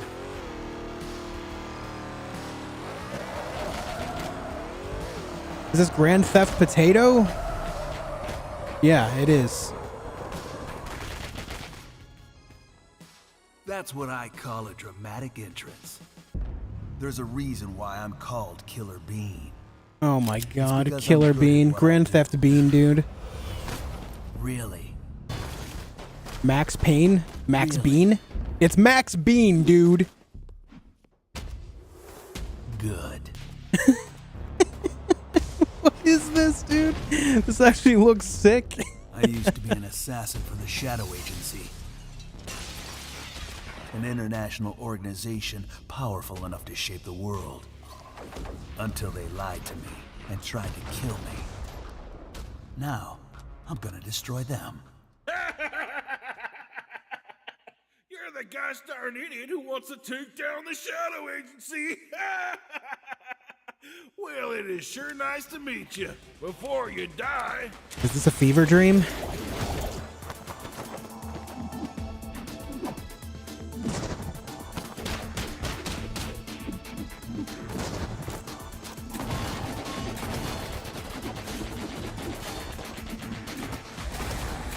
Did he just breakdance dodge?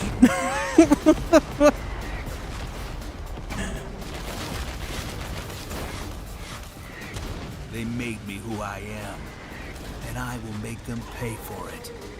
A weapon to surpass all metal beans. Killer Bean, early access this summer. What the hell, dude? Glad you like that one. That was Killer Bean, a third-person roguelike shooter. Oh, it's made roguelike. by another single developer, believe it or not, right here in Los Angeles. Interesting. Jeff Blue, who previously worked as an animator on movies Well, like that's The officially Matrix on my Reloaded. radar. So fun. It's amazing what can happen in this industry. All right, to introduce their brand new game, please welcome from the Game Bakers, a small independent studio in Montpellier, France, Audrey Laprince and Emmerich Toa. Hello, Jeff, everyone. I'm very happy to be here.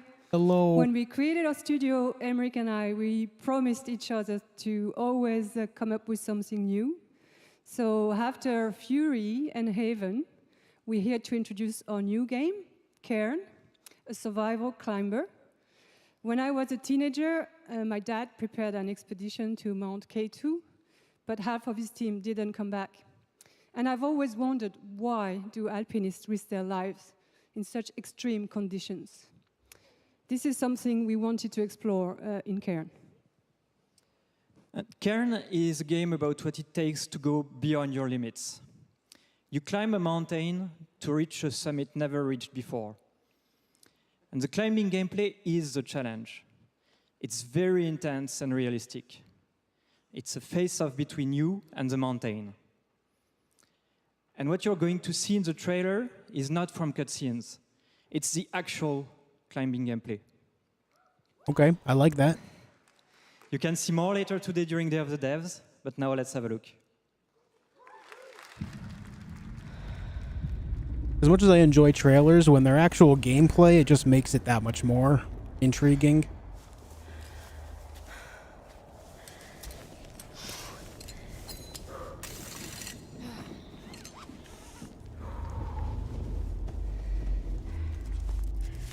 Anyone got a fear of heights out there? I certainly do. Yeah, there's been a pretty good list so far, Punk. Given that you're, you know, open-minded to more than just one genre of games anyway, right?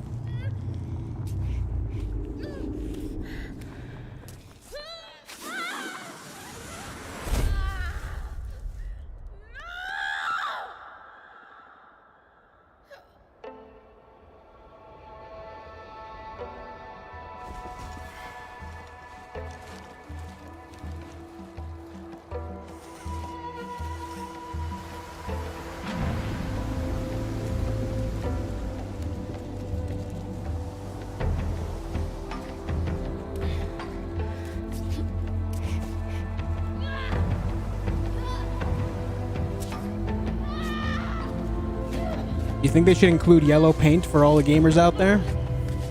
Go this way.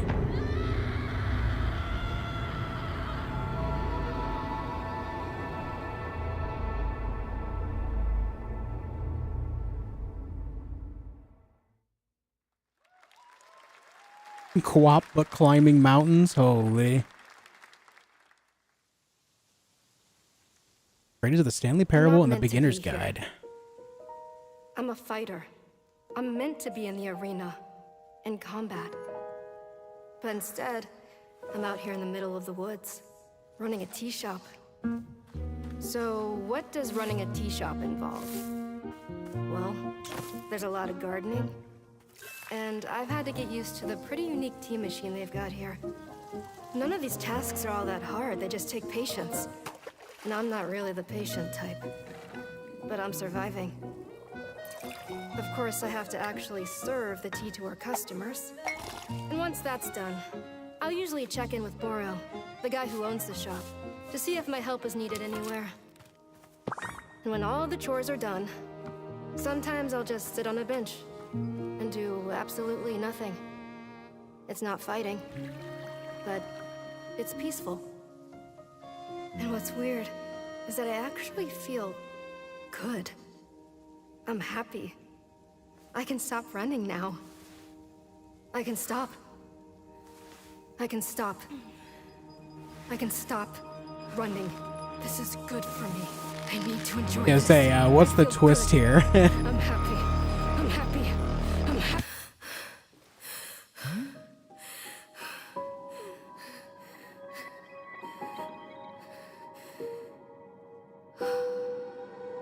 Okay, she has some type of dark past, clearly.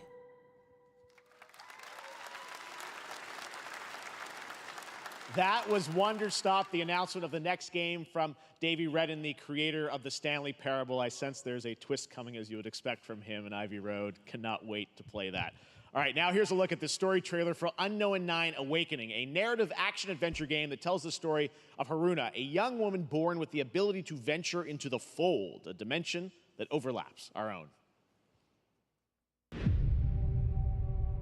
Turn your thoughts inward and focus on your shade. Do you feel it? I do. Your progress is impressive lately, Haruna. Well, I mean, yeah, Joey, not every game is going to be for everyone, man. That's the nature of life, They right? called themselves the Sahin. 9 among them were chosen and shielded from death. The Unknown 9. Does this have anything to do with why Vincent is here? Humanity has lived for eons at the mercy of the Nine. It's time we took control of our own destiny.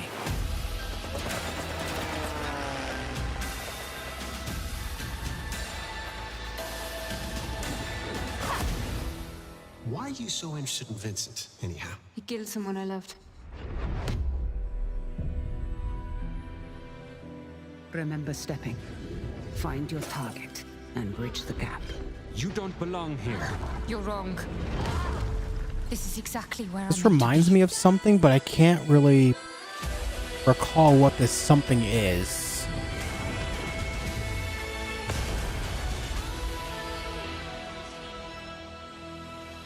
Game is just not that great anymore. It's so rare. Why is that? No. It's not that games aren't great. There's plenty of great games. We wouldn't have things like Baldur's Gate 3 and Elden Ring if great games didn't exist anymore. The reality is that there's more games made today than there was even 5-10 years ago. So we're seeing a much larger amount of games that we're not interested in, but great games for every person still exist.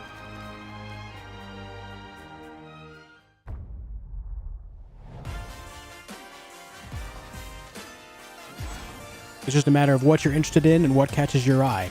You're seeing a lot more games made now than you would 5 or 10 years ago, and so you're thinking that there's less great games, when in reality it's still the same. It's like the percentage overall decreases, but the actual numerical value of what you're interested in probably remains the same.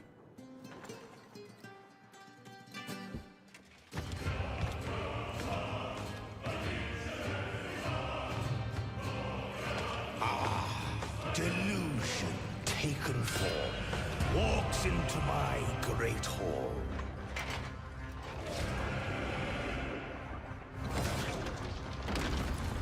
Is this Greedfall 2, maybe? Why does it remind me of Greedfall so much? Feel honored to fight a legend.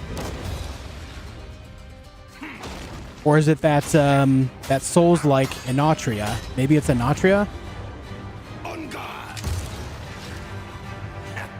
To your greatest final chapter.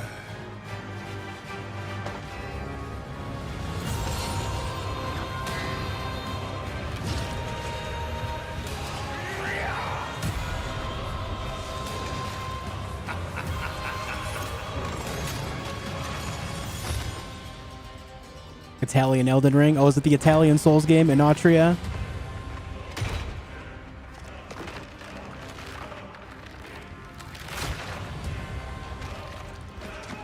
Oh, that mask was very much attached to his face.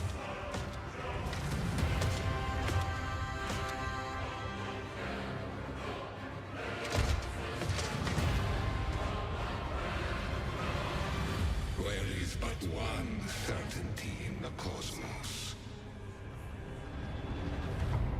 Yeah, it is Inatria. Okay. I watched a little bit of gameplay in the demo. It looks okay. I wouldn't say amazing, but it certainly isn't awful either. Somewhere in the middle, you know? First Descendant, powered by Unreal Engine 5, is a next-gen looter shooter with dynamic cooperative gameplay, including a grappling hook mechanic. It is finally set for release, and we're very happy here to debut the new trailer and the reveal of the release date. Okay.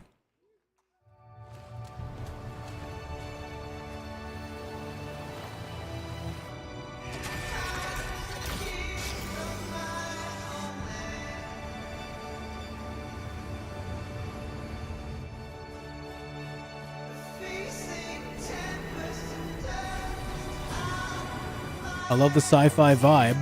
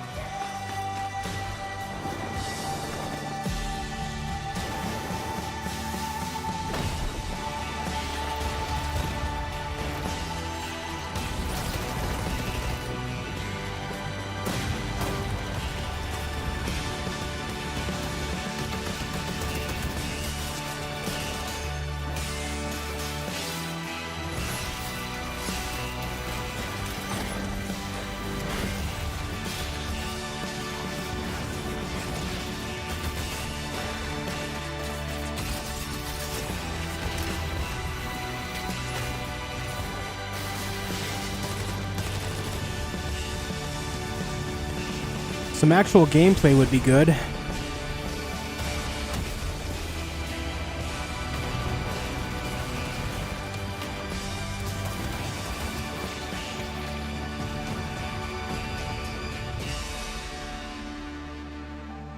feel like that was more of a music video than a video game trailer, to be honest. But all the same, I've had my eye on this game for a while. I'm looking forward to checking out what it looks like in game and everything.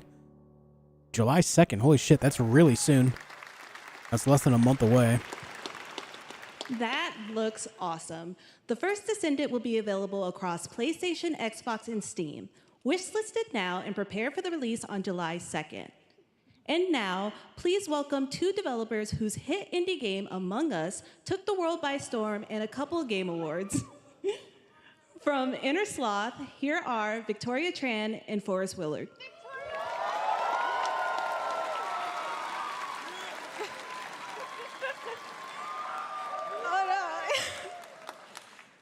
What's up, gamers?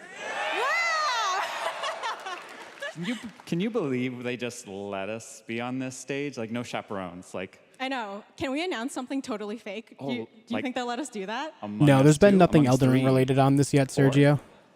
Oh, all right. Well, turns out we actually have something very real we wanted to present to you all today. There's been so many great indie games in recent years, but it's also been no secret that it's kind of a rough time in the industry. Some devs don't really get the chance they deserve, so we thought we could help out a little bit. That's why we're excited to announce our side project, Outer Sloth, an indie game fund we made that offers the kind of deals we would have wanted back in our less popular Among Ye days. This is our way of saying thank you to our crewmates, players, peers, by helping some games and devs have the funding and freedom needed to ship their games. And then we all get to play them, which was the real plan. That's awesome. I really want games. Devs supporting devs. Love to see Outer it. Sloth is our passion project and dream for a better, more sustainable industry. We are really excited and incredibly nervous to reveal it here and show you the current lineup of games we've managed to fund because of you. And don't worry, Jeff, it has your favorite, a ton of world premieres. Enjoy! World premiere.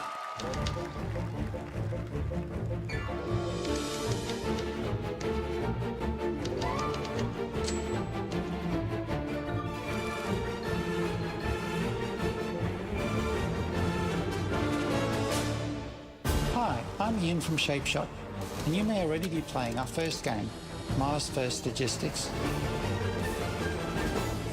We're Trinket Studios. What other games have that has that studio made, Shark? Shark? Battler RPG, Battle Suit Aces. We are Studio Any%, and we're making the Marsfield Archives, a game about building and exploring connections. Hi, we're Midnight Munches. We just released a demo for one-button bosses, our boss rush game with a single button to press and a ton of bosses to beat. Hey, I'm Ruslan, game director at Huscrofts, and this is Rogue Eclipse, our epic spaceflight action roguelike, where you'll have to customize and master your starfighter, take on merciless armadas, and vanquish a fleet of colossal super destroyers. And we do have one more game that's very early in development. Hi, I'm Eka, creative director of Outerloop Games, makers of Thirsty Suitors and Falcon Age. In our new game, explore the world in an upgradable mech and cook up tasty dishes for local communities. Fight off corpos, discover new dosa recipes, and reunite with your strange loved ones for one last meal. Project Dosa is a game about life, death, love, and food for the soul.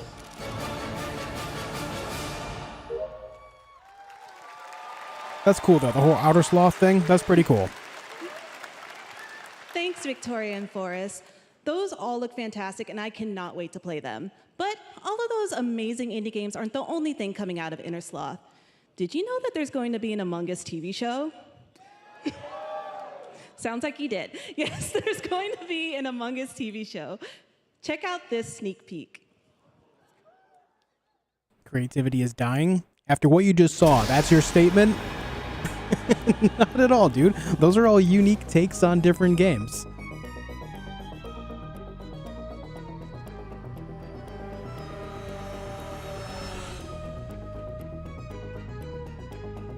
That is the very definition of creativity.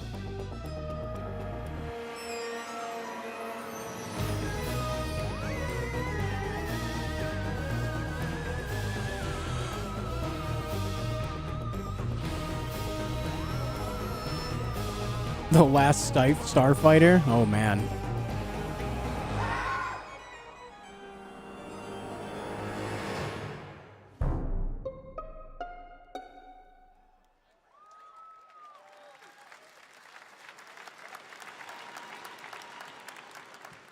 Up next, we have Sonic X Shadow Generations. A definitive greatest hit collection of 3D and 2D levels from Sonic and Shadow's history. Now Yeah, I saw it's Elijah time Wood for a in that. I glimpse was of Shadow's like, brand new wait. powers and gameplay from a standalone campaign, as well as the official release date announcement.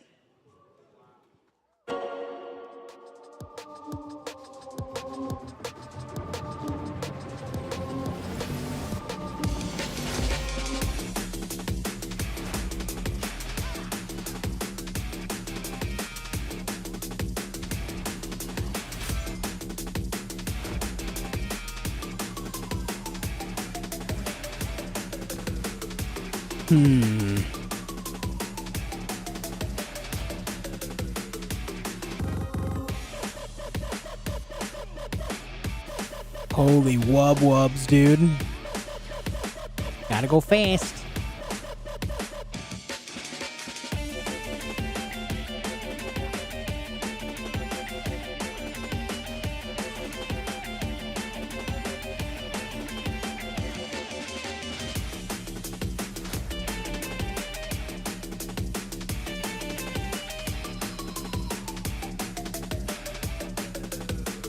I'll overcome every obstacle with this power. October 25th. The last Sonic game that I actually played was on Dreamcast. The Year of Shadow, right? Been a long time for coming me. in December too. Exciting stuff. All right. In the upcoming online survival game Dune Awakening from Funcom, there is one small decision that unleashed a chain of events which set the stage for the story the player will experience. I am interested in Let's this. find out for the first time what that is. The only peace I find. What's up, Blue? Anything interesting happening? Yeah, there's been a lot of interesting stuff. Some good, some not so good, as is usual for these events. One where I, Paul Atreides, was never born. I created the future. Until it created me. Has FromSoft made any announcements? No. I don't really think they need to. The DLC comes out in less than 2 weeks. I don't really think they even need to be here for this. Had obeyed her orders and given birth to a girl.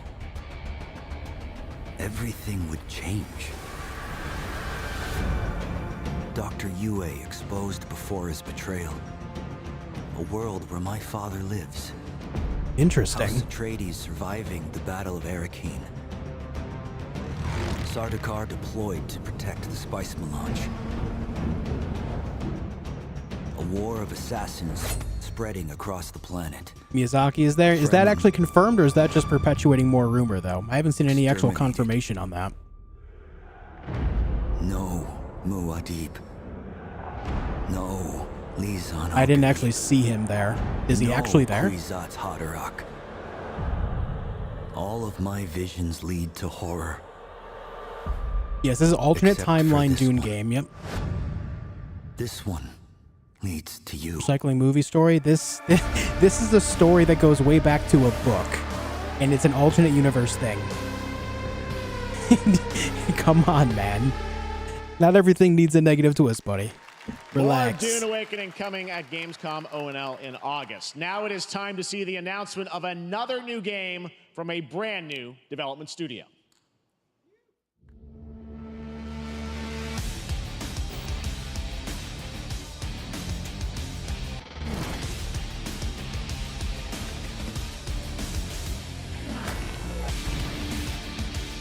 I was hoping they would show actual gameplay of Dune Awakening, but nothing.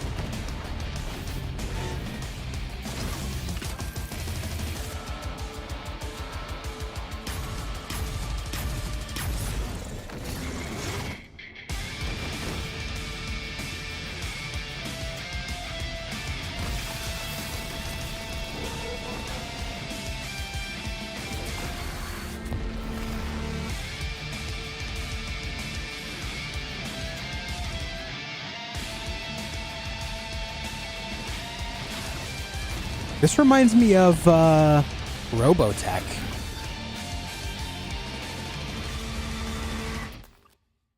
Battle Aces. Interesting.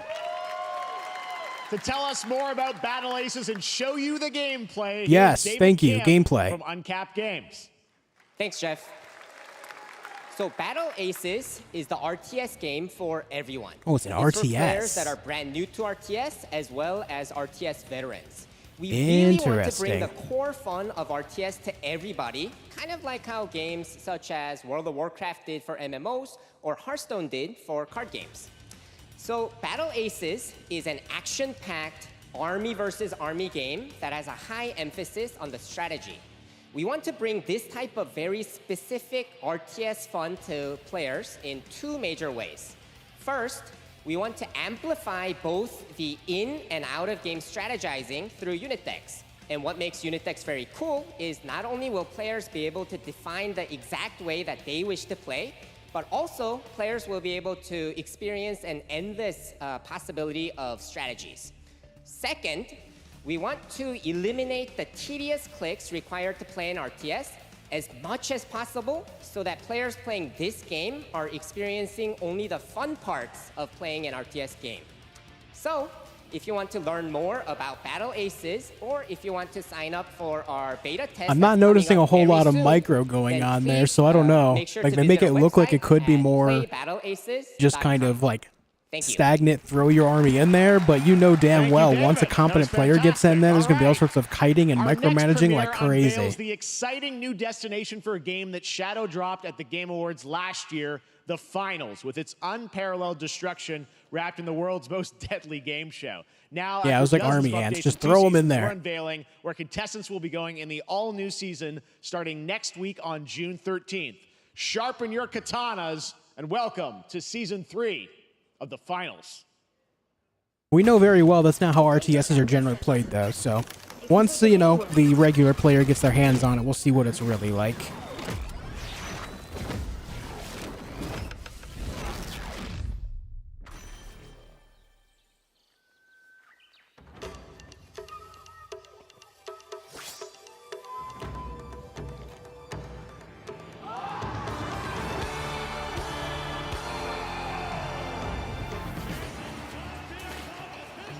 Anyone play this game?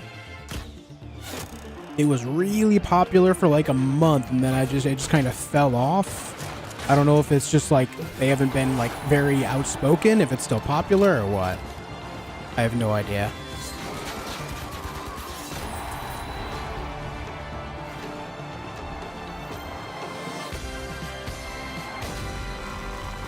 Did that just say that you can play as a chef though? You're gonna play as a chef going up against like a samurai? The finals in Kyoto. All right. Please welcome multiple Game Awards winner and a dazzling Game Awards performer, if I do say so myself, Sam Lake from Remedy. Oh, shit. Okay. Alan Wake 2 was such a good game, dude. Holy.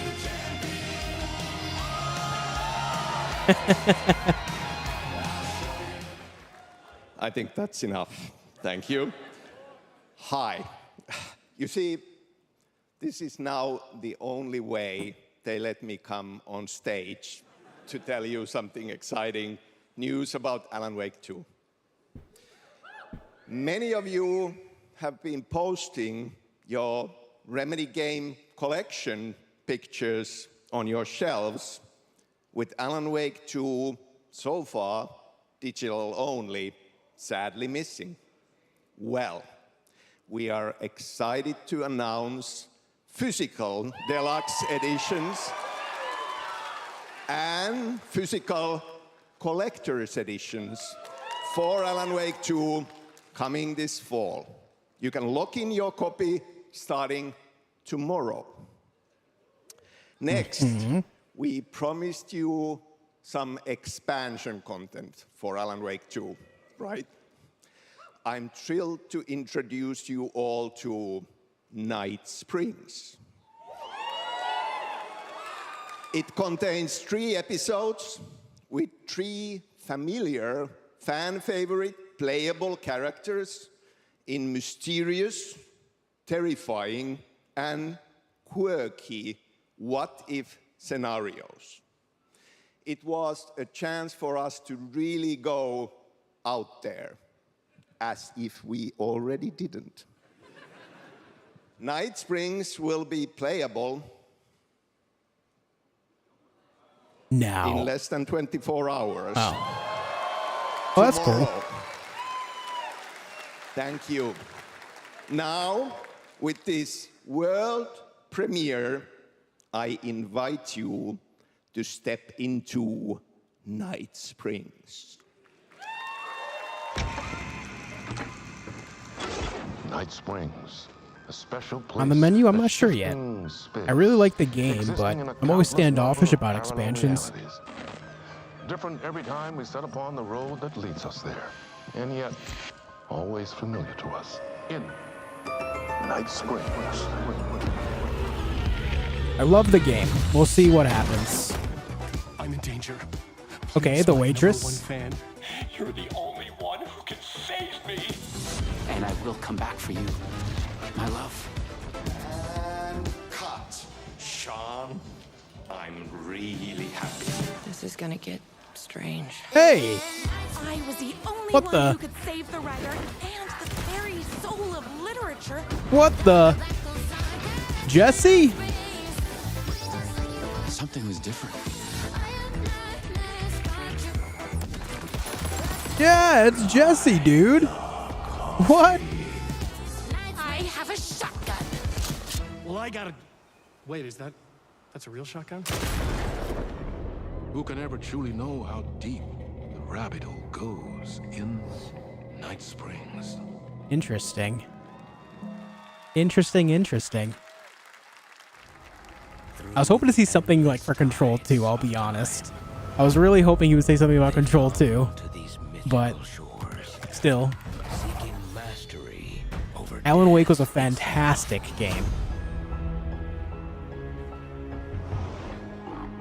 A cruel and beautiful paradise where primal forces clash over the island's deepest secrets, where ancient mysteries awaken. New World is still alive? Yeah. Every time they put out an expansion, the population for the game skyrockets again. I don't know how long-lived it is, but from my understanding, they do pretty well. This is Eternum.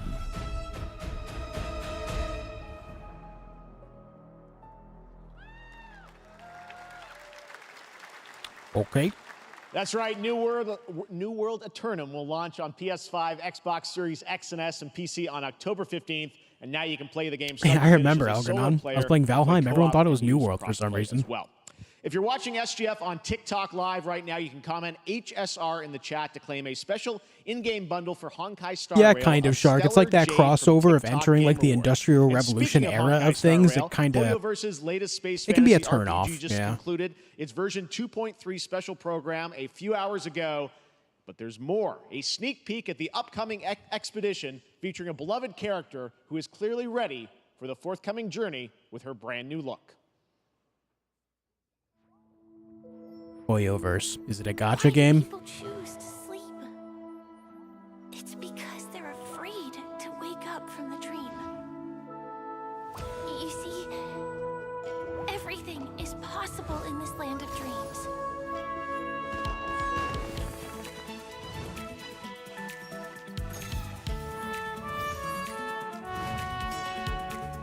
The nightmarish past will disperse and fade away like bubbles in water. And I'm going to make it a rule for the upcoming thing that we're doing for people to choose games for me to play. I think I'm going to make it so gacha games are not allowed. I'm just going to leave them as like exemptions from being picked. No offense to any gacha enjoyers. Just not my thing, man.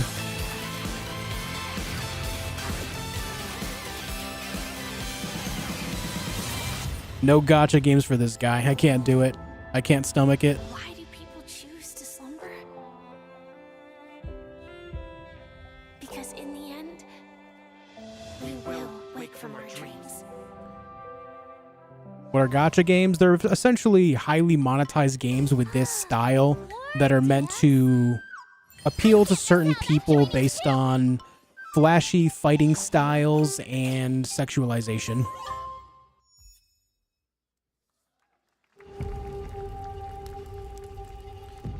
Very gambler-esque type loot box system as well.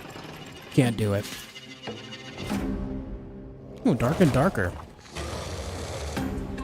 I like this game.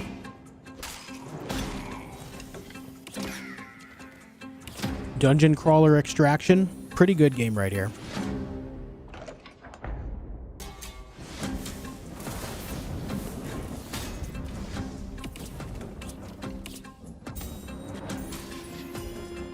Stellar Blade? No, it's very different from Stellar Blade. Stellar Blade is an action-adventure hack-and-slash with highly sexualized costumes. But imagine that, but you get these costumes by spending your money. And the gameplay is even more repetitive.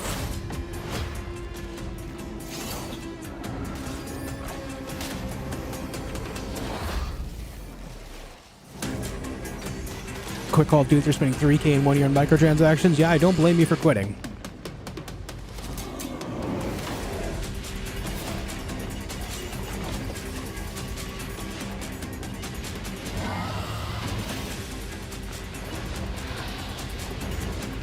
Did I stream Dark and Darker before? I did. I did stream it for a couple of days. Yep.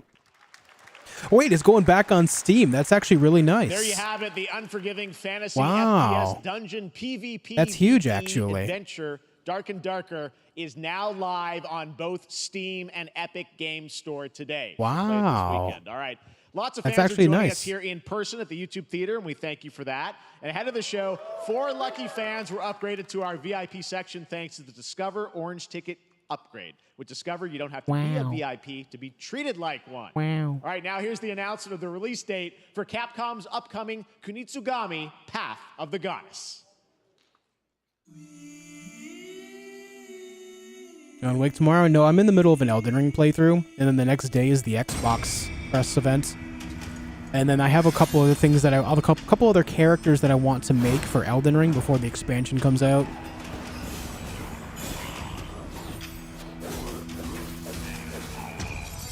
But possibly in the future. We'll see what happens. It's not like it's going anywhere, you know?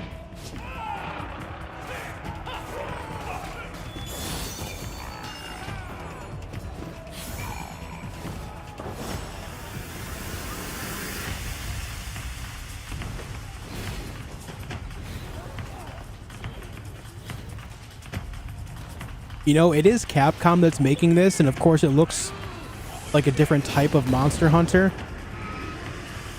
Actually kind of interesting.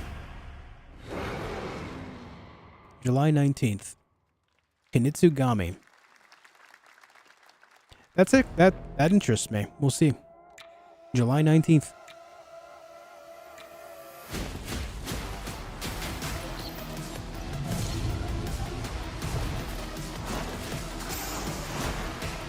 What is this? Oh, it reminds me of something that I can't think of right now. I think it starts with an F. Anyone know what I'm talking about? Very similar style to this, but starts with an F. Actually kind of difficult game.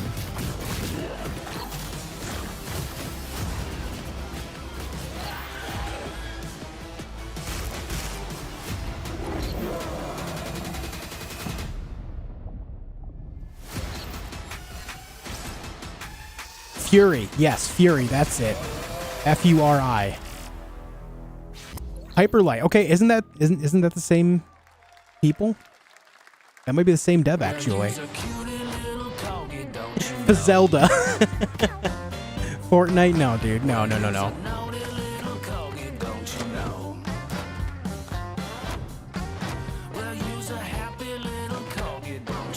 This game is ridiculous.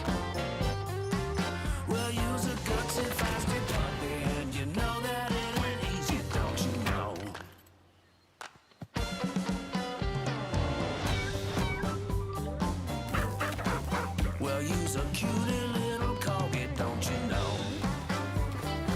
Gang beasts. Well, you's a fluffy little kitty, don't you know?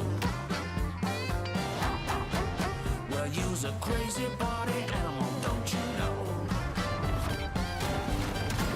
Well, all the crazy party animals, and you know the party's this way, so let's go. I feel like I would like this game, but only for like a couple hours, and then I would never play it again. And that's not to say that the game can't be good in that time. I'm sure I would love it in that time. It's just there is no sticking appeal, you know? Fine people here at MCorp. So we wanted to take this time to dispel any of these completely unfounded rumors and allegations and reassure you that things here at MCorp and the city of San Vansterdam What do I know this guy from? have never been better.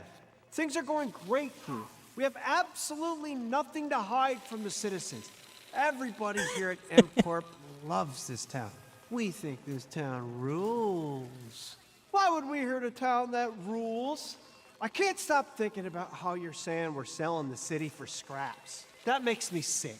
That makes my whole family sick. Is this to the their guy stomachs. that I saw My in wife the hasn't been meme on the toilet for weeks because of what you're saying about shit, what what is it MCorp's called? doing to this town, all those lies.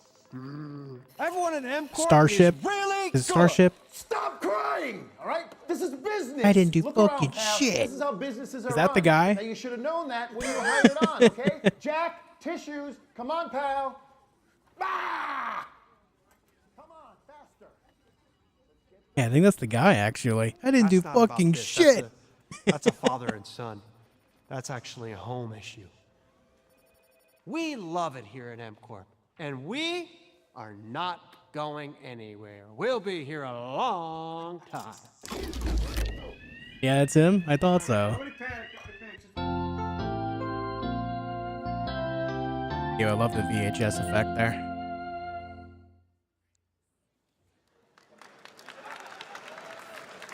He has his own comedy series on Netflix. Does he really? I had no idea. Game Fest, and now let's head to Sam Vansterdam for a new look at Skate from EA. I have no idea what that was that we just watched, though. Hey, Jeff, how you Oh. doing, bud? Oh, crap. Some really bad stuff's happening out there. They're gonna need a lot of help cleaning that up. That's bad.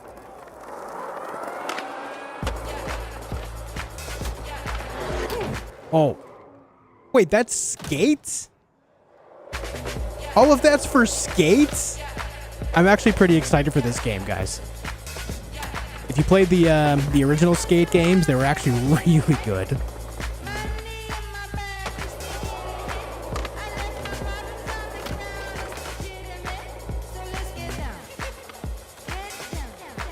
Person just face planted on the stairs.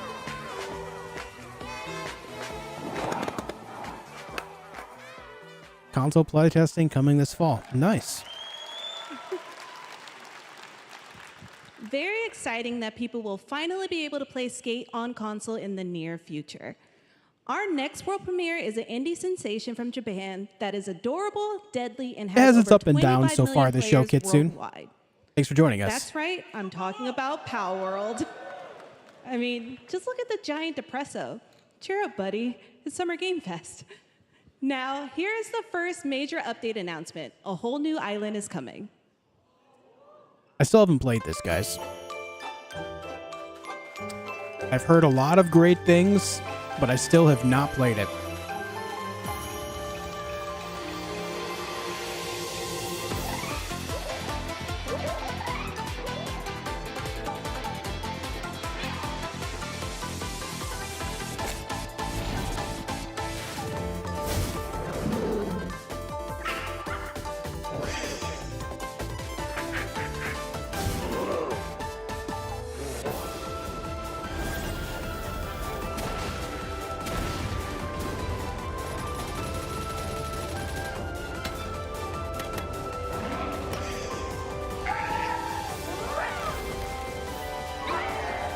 I'm generally into survival games, so I'm sure I would enjoy it at the end of the day, because it's, you know, at its very core, it is a survival game.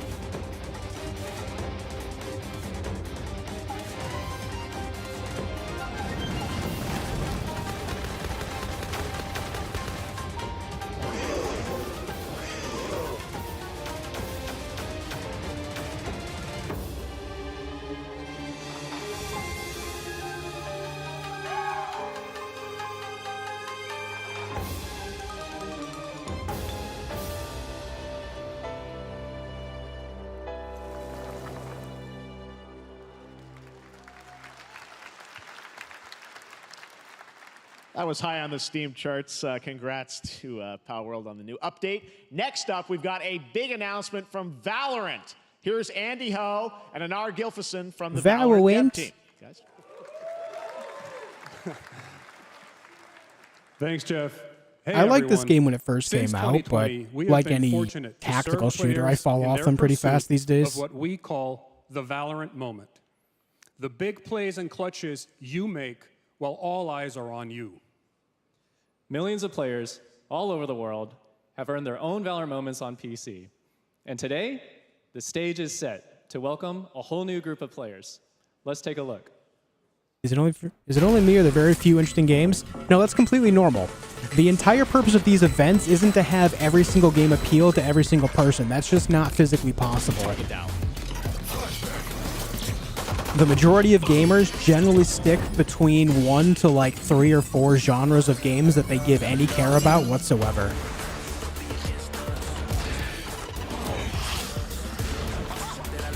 You should never watch these events and think that you're going to like everything or even half of what you see.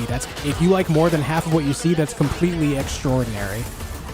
These events aren't meant to capture you for every single thing. That's not how it's supposed to be.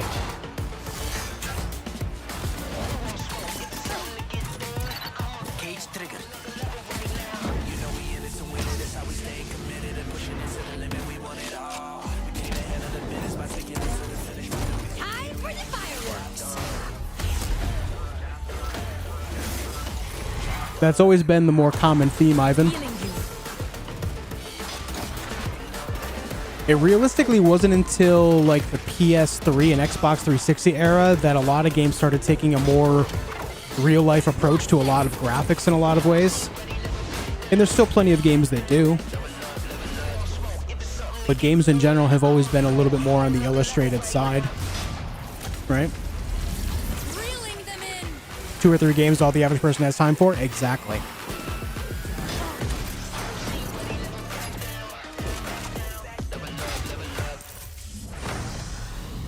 What's up, Eric?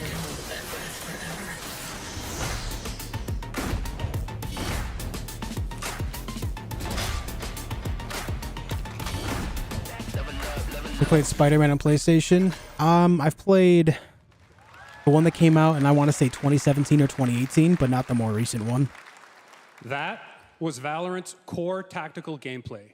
Everything you just saw was captured on console and It's with like a controller. Overwatch? No, it's more like Valorant is coming Counter-Strike. to PlayStation 5 and Xbox It's Counter-Strike Series with X and abilities. S this year. Our limited beta starts June 14th, and you can sign up Overwatch right is an now arena shooter. at Valorant and Counter-Strikes are beta.playvalorant.com. tactical shooters. We are so excited for your input to make sure that Valorant plays great on console. And we hope to see you soon in the limited beta. But before we go, here's the head of Valorant Studio, Anna Donlin. Thanks, guys. Hey, everyone. Basically, the difference is you get 1 round per life in these types of games, whereas Overwatch, you basically get infinite lives, and it's more about an objective that you're competing over. Bringing Valorant to players That's all essentially around the it. world, most recently to China, where I'm currently at Valorant Masters, one of our largest global tournaments and community celebrations.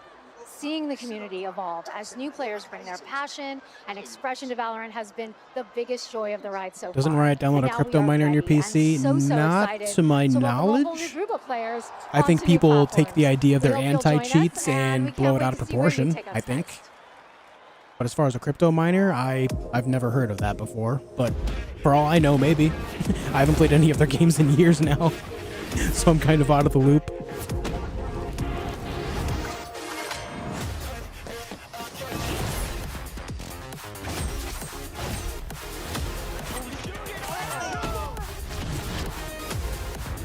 Yeah, no problem, Wise Kuma.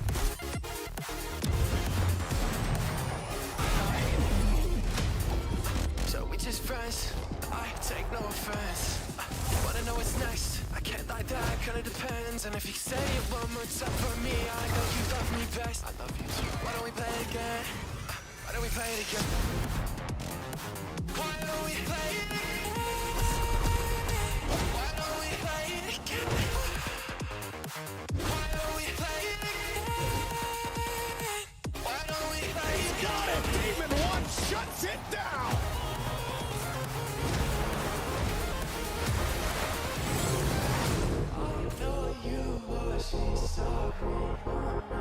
This game is actually doing a lot better than I thought it would. Competing up against Counter-Strike.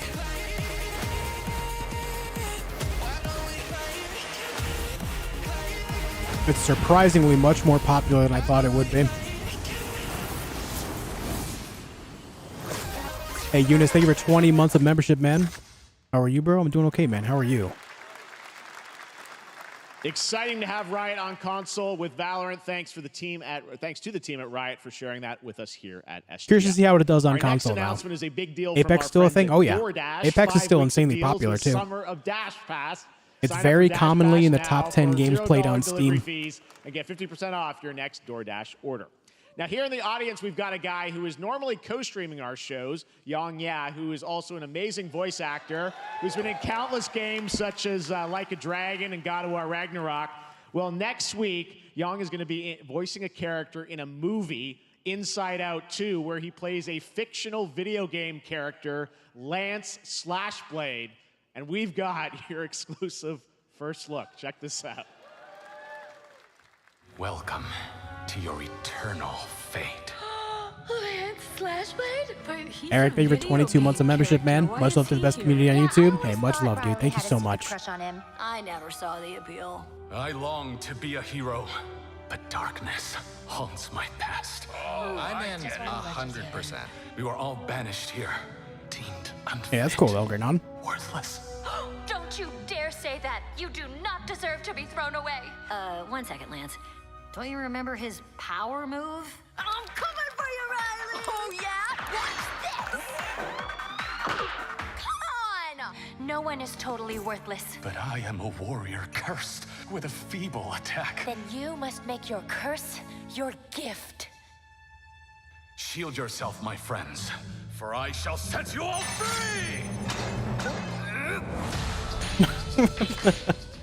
The #1 gaming monitor brand in the US, Samsung, just released new 2024 monitors for gaming, work, and entertainment. Scan the QR code now to get up to $300 Samsung credit. Dovenus, thank you for 16 months, man. $5,000 Samsung Big credit up for to you. US Yeah, residents. much love, dude. Thank you for 16 months of membership. Game Fest 2024! Look at all of you cooped up watching video game announcements.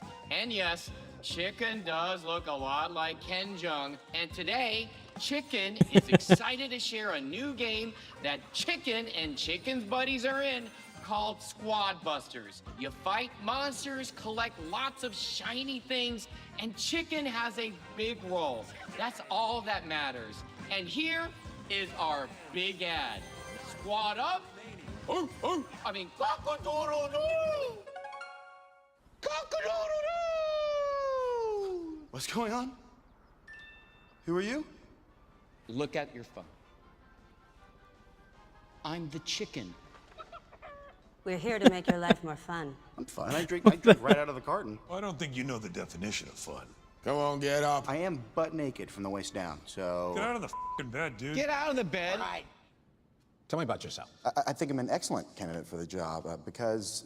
Your swordplay, tell me about your swordplay. He is a bridge. He's one of the most equitable people I've ever met. So great emotionally. Also, I've pillaged a few villages. I'm not a lawyer. Okay? I'm just a lumberjack. I think you're qualified to be an accountant, so... Which is why you'll have the job. Congratulations. What's the parking like? There's more where that came from. I hope not. Guys, maybe everything isn't a squad activity. You can definitely. Yeah, just relax your bowels, your mind. Oh, shit, dude. Different story.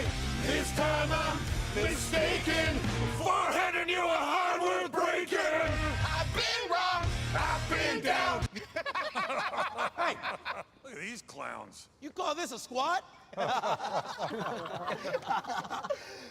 Pathetic. Pasta. Jinx. Jinx. Jinx. Jinx. No, you Jinx. You supposed to be a lumberjack?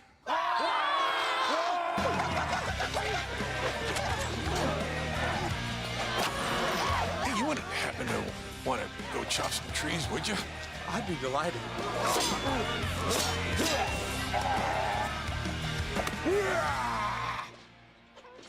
What the hell am I witnessing? I think our job here is done. Where are you going? Doing all right, Unimon. How are you? We ain't never leaving you. Good boy. Here. Oh my God. Inside me.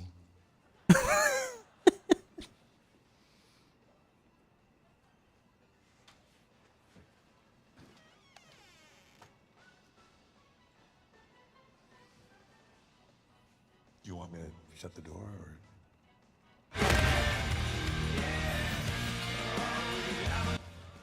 What the hell, dude? Cannibalism. What? All right, please join me in welcoming to the SGF stage Monster Hunter series producer. Okay, here we go, guys. Tsushimoto Ryozo-san. It's Monster Hunter time. Hey, thank you, Jay. 今日はですね、モンスタ Show ー me ハ the ンター goods, ワイル buddy. ズの、最新の映像を持ってまいりました。今回ですね、はですね、 Yeah, where's May at? There she is. 完全新規で、今回初お披露目の大型のモンスターも出てきてますので、そちらも注目していただけたらと思います。 Thank you, Jeff. Hello, everyone. We've prepared a very special trailer today for Summer Game Fest. I want everyone to be on the lookout for a very mysterious large monster near the end of the trailer, as it's an important monster within the game. Show me the goods. Show me the ではで gameplay. すね、没入感とアクション、こちらの融合を目指して開発を進めております。モンスターハンターワイルズは2025年にプレイステーション5、Xbox シリーズ X、 What's he saying? He has a translator on そ stage して right next to him. PC で同時発売となります。また今回はですね、プラットフォームの垣根を越えて一緒に遊ぶことができますので、そちらも楽しんでいただけたらと思っています。 As you'll see, we're working to deliver a gaming experience that merges immersion and action.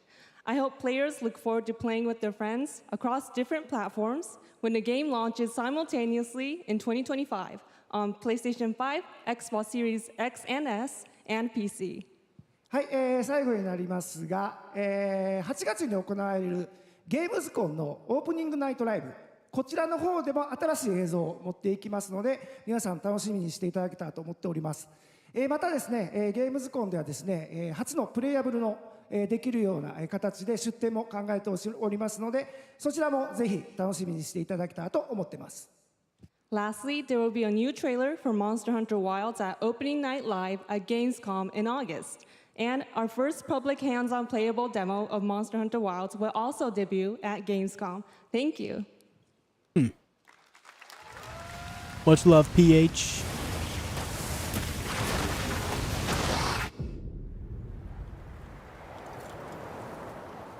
Over there!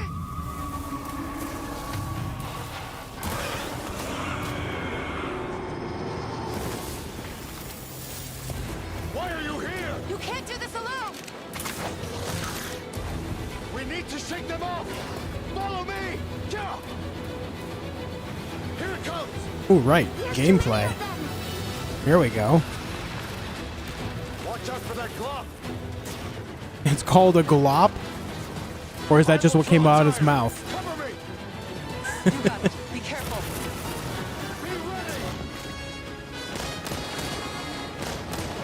If we can make it to the rocks, we may lose them. He's attacking from the back of the mount.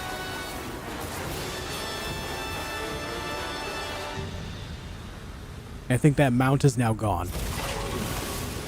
As I feared, it picked up our scent. Can Monster Hunter be played single player only? You find someplace For safe. the most part, yes.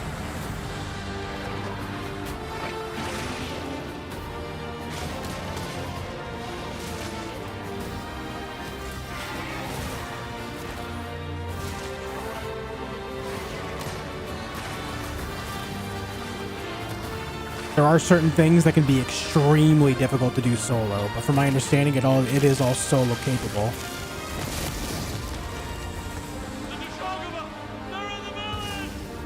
If you enjoy big boss fights, say if you like Souls-like games and you're just really into fighting large bosses, like say Elden Ring, then you might like this, believe it or not. I'm very into this. I'm very excited for another Monster Hunter game. I can't wait. Yeah, like Fatalis, exactly. Thank you, Ryozo-san. We will see you at Gamescom in August. I'm looking forward to this, During guys. last year's PlayStation Showcase, the game Phantom Blade Zero from S-Game wowed us all with its blazing fast combat and stylish art. Well, I'm honored to share with you the brand new trailer for the game featuring all real gameplay. Here's our final game of the show, Phantom Blade Final Zero. game of the show right here.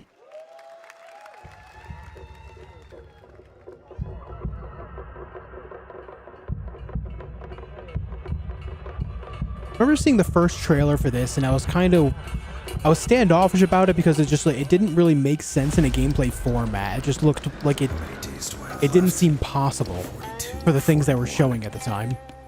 The face of this is here. We'll see how this goes. Yeah, Jed, I agree. Turn back before it's too late. Rip Titanfall 3. You should never expect a Titanfall 3. Apex makes too much money.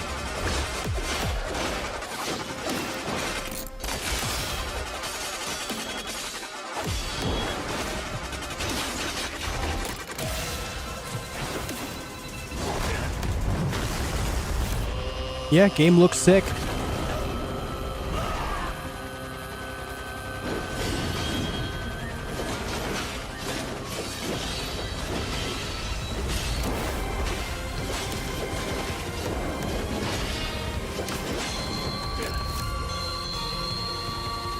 Gather the weebs, yep. It's time for the weebs to come out.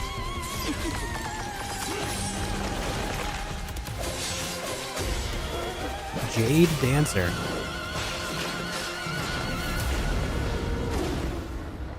It reminds me a mix of like Sekiro and Ghosts of Tsushima, actually. It's like somewhere in between those two worlds. Yeah, I'm intrigued. I'm intrigued by this. That looks so good. Full demo that media will be playing this weekend, so you'll hear much more about that. And that's going to do it for our Summer Game Fest live show. Thanks to Joy for joining us. Is that going to be a Souls-like? It looks action-adventure, but I'm not sure about straight-up Souls-like.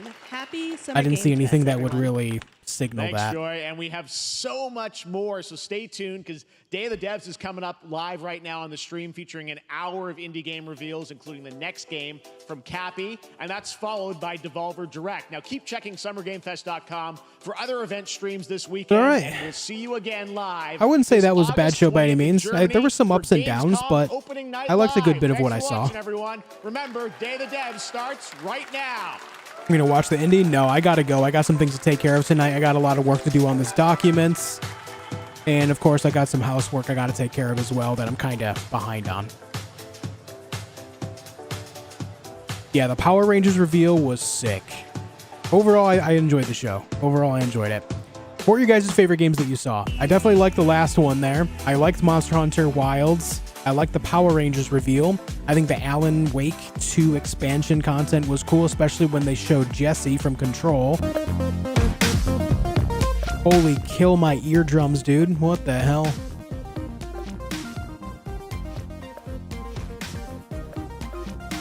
How do I say that? Is that Neva or Neva? I didn't catch that. But that did look interesting, yes. I agree.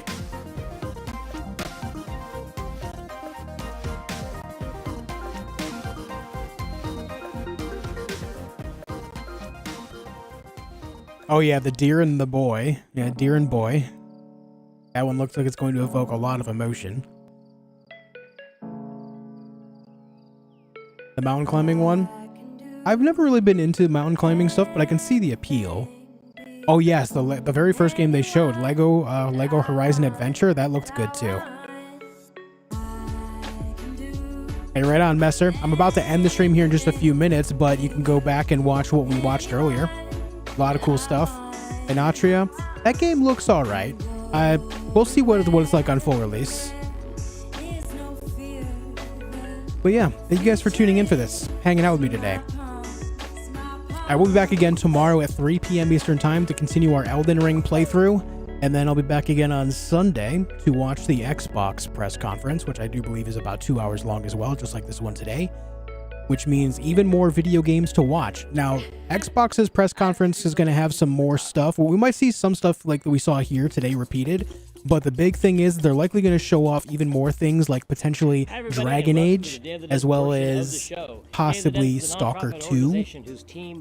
Some pretty cool potential there. I'm looking forward to it. But anyways, guys, thank you for being here. Hope you enjoyed your stay. And I will see you all tomorrow at 3 p.m. for some Elden Ring. Until then, be excellent to each other. Good night, everyone. Oh, that's a prop.